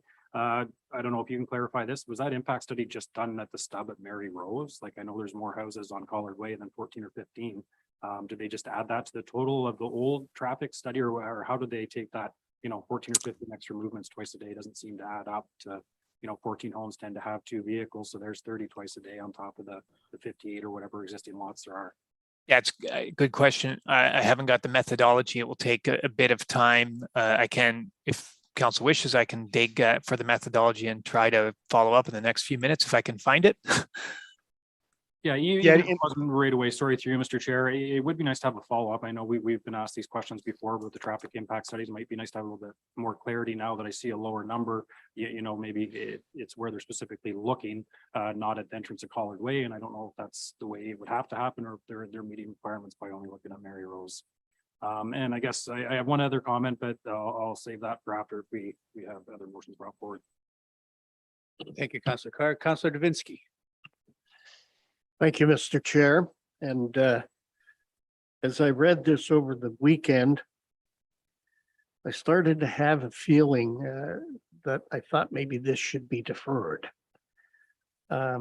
because of the many questions that were out there through a Murphy petition, the Stadden's letters, and of course the letter from Highbury Farm as well. But I'm sensing that we are treading lightly as a council through this particular subject. We're talking 14 homes. And under different circumstances, 14 homes would be almost an asterisk, an afterthought. But it's not here. So I'm thinking there are still some concerns, and perhaps those concerns will be answered when it comes back for subdivision planning and so on. Dave Mayette had some good comments, as did Cheryl Grace, Fire Chief, and Vice Deputy Mayor Mike Myatt. I can go with letting this get to the next stage now based on what I've heard here. But I'm still not hearing, hey, let's get on with it and really move forward. So I'm not asking a question. I'm sorry. I guess I'm giving a comment. But I hope everybody, I will ask one question. This first came to light, I'm sorry, I can't remember the date, 1993, is that it, or 83? And it's come back. It expired and it's come back. Well, things have changed in that time frame as well. So I guess to Jay or to Daniel, we are looking at the concerns based on today's knowledge, not the knowledge 15 years ago. Is that correct? Yeah, perhaps I can answer that through you, Mr. Chair.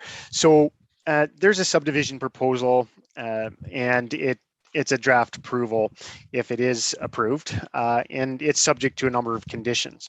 So the town and county official plans provide guidance in terms of plans of subdivisions and in particular policies that have to be met.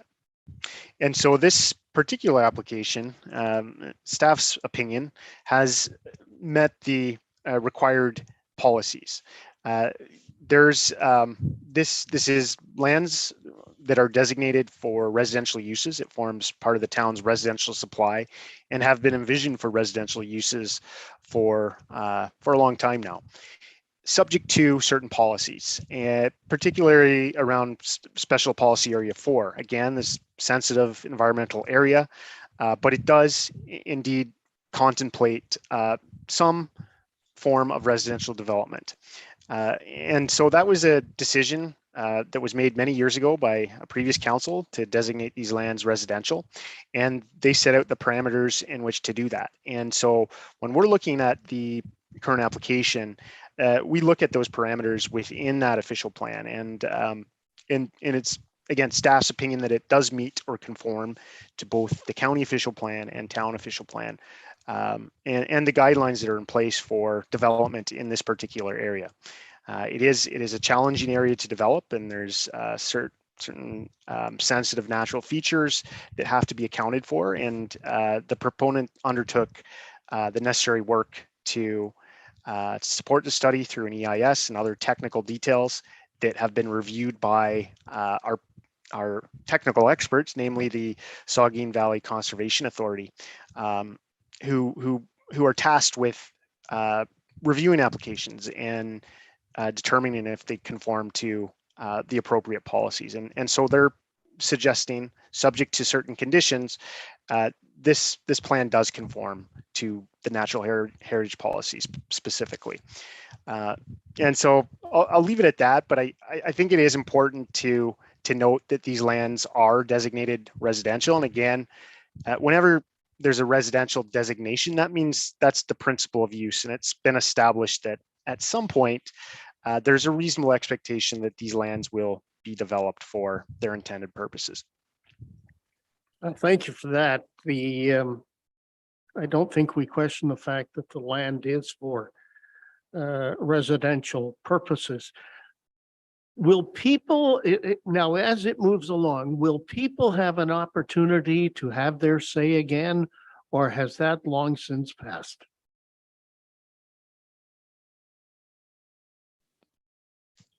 Yes, through you, Mr. Chair, there was a public meeting last summer.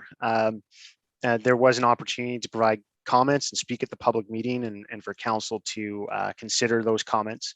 And if it is endorsed by town council, it will of course, go to county council for a decision. And so there's an opportunity for those comments to be reviewed by county council. It's not a public meeting, so there's not an open floor sort of forum for public to speak. But certainly, if they would like to provide additional comments, if it does go to county council, those comments would once again be considered by county council. Okay, so they can write in and express their concerns or whatever views they may have at that particular time. That's correct. Yes. Okay, thank you, Mr. Chair. Again, as I say, I think council is treading lightly.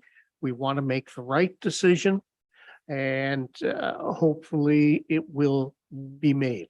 Thank you for your time. Thank you. Before we come, Councilor Grace. Thank you, Mr. Chair. I just want to go back to the emergency access point and follow up, if I could, with staff on the points raised by Councillor Mayette, who has indicated that he believes that if there was a real emergency where the access point was cut off from the main entrance, that there would be a way of getting through with some kind of, ATV vehicle or something that through the trail system to provide emergency evacuation. Could I ask staff, if you're not prepared to answer that question today, I don't, that's sort of come up, but I just feel uncomfortable about going ahead unless we've got a plan. I'd like us to say, as part of the evacuation procedure, yes, this is what would happen. Here's a scenario of how we could get people to safety if we needed, without being dependent on that one main entrance.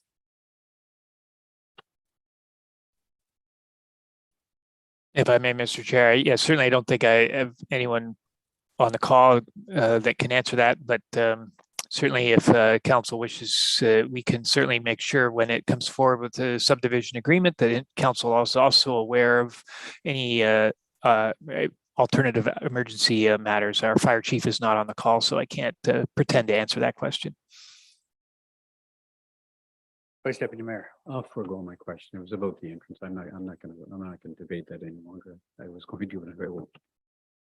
Okay, before we come to the motion that will be coming forward, I have a few comments as well. Councillor Grace raised the issue of the drainage issues. Before any house is built, they must have a grading and drainage plan created. So I'm pretty sure that all the ones that are in that subdivision already had those, and any new house that comes through will have that grading and drainage plan, and it will be taken care of so that nobody is put out with any excess water.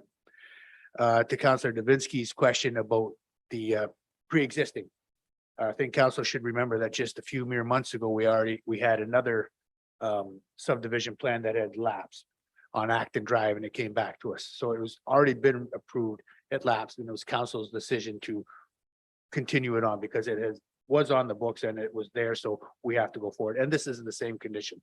This plan was there when the whole subdivision was created, so we're just giving it proof going forward that we're going to finish the original plan that was there. Having read all the comments that came in from the neighbors and people in that area, one of the big things I must mention, they were worried about the loss of the trail system. The owner of the area has already stated that he will rejig the trail system so that anything that is lost will be redeveloped around it. And that's a big thing. Having, I go on that trail every week. I ride through it, walk through it, and knowing that the developer is going to, whatever area is lost, he's going to reconnect that system up. It makes me happy.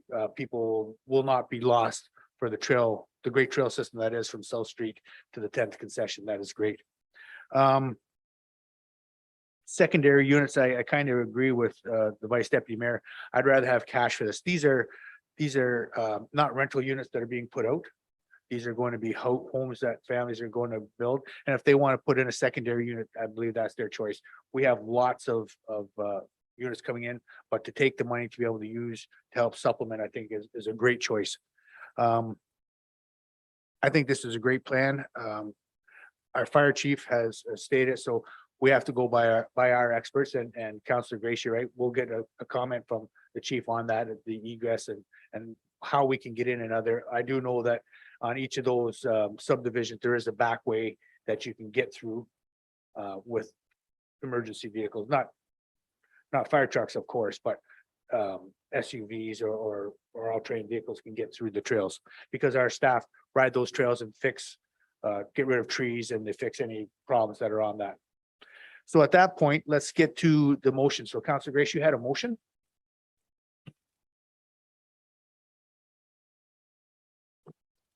My motion would be to add as a condition a requirement that the developer construct a fence along the eastern property line as requested by Highbury Farm.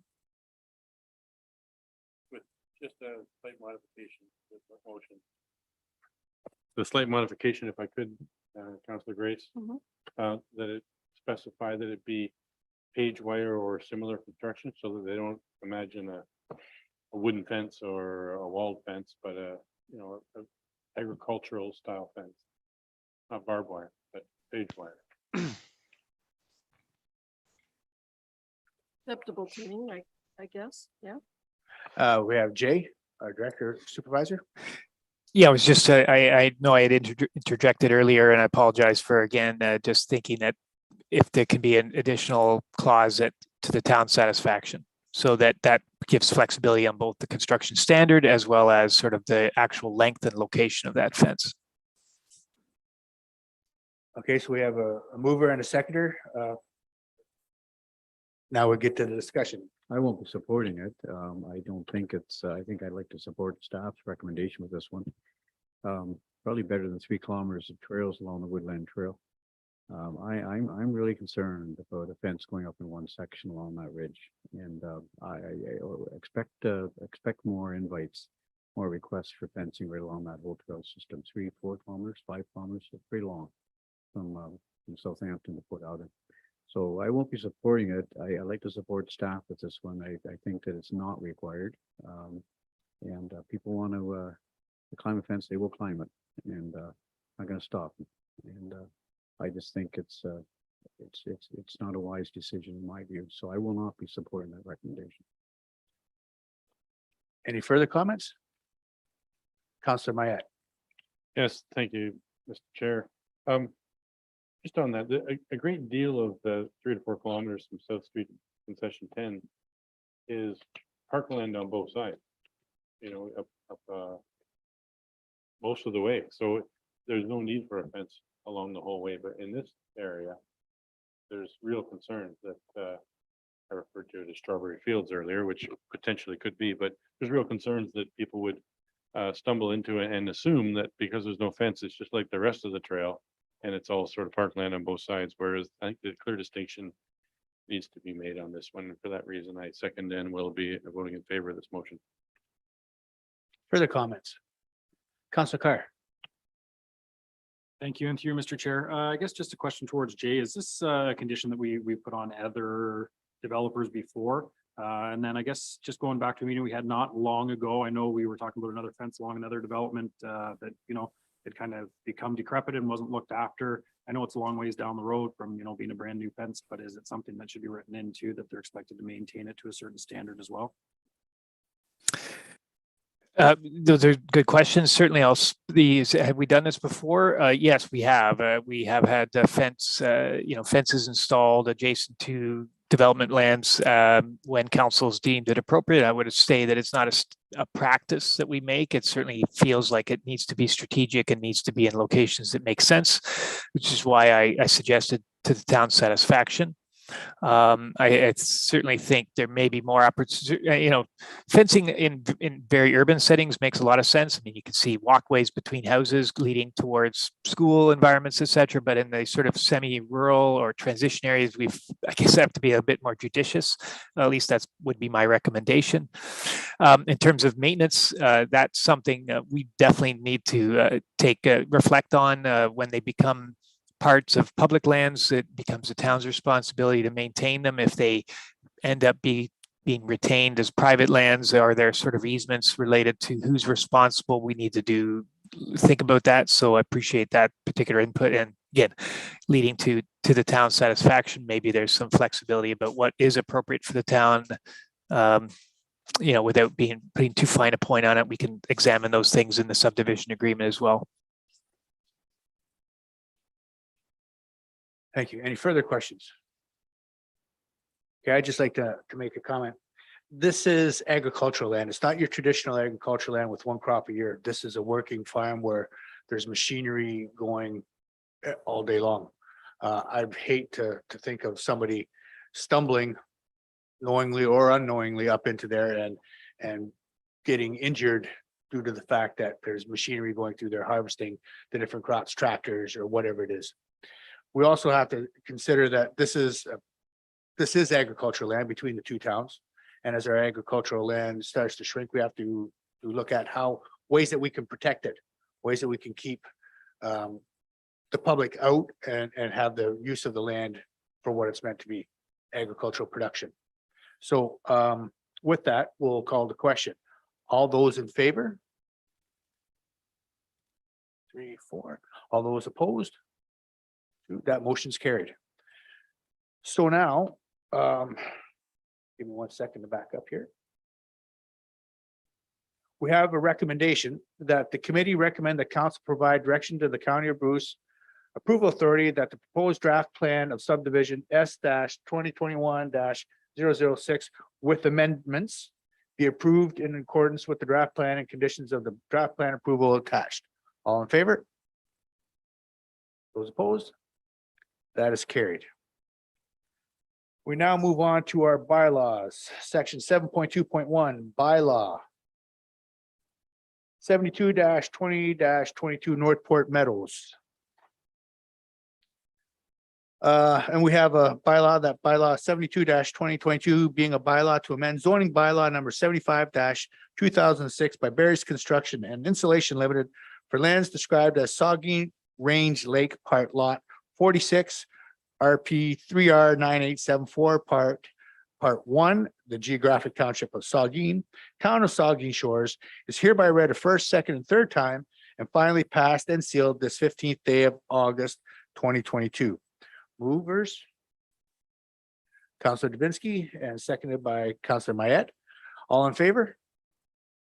And opposed? That is carried.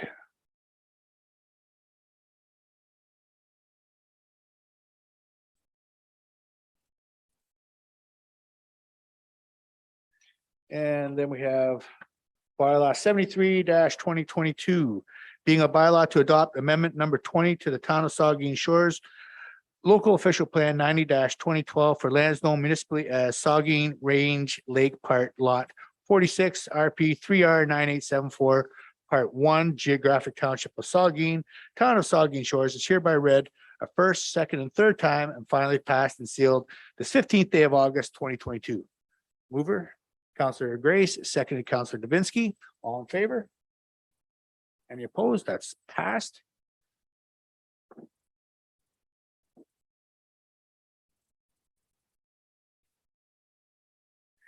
And we have one final motion that this planning committee meeting of August 15th, 2022 adjourn at 8:49 p.m. Councilor Mayette and Councilor Grace.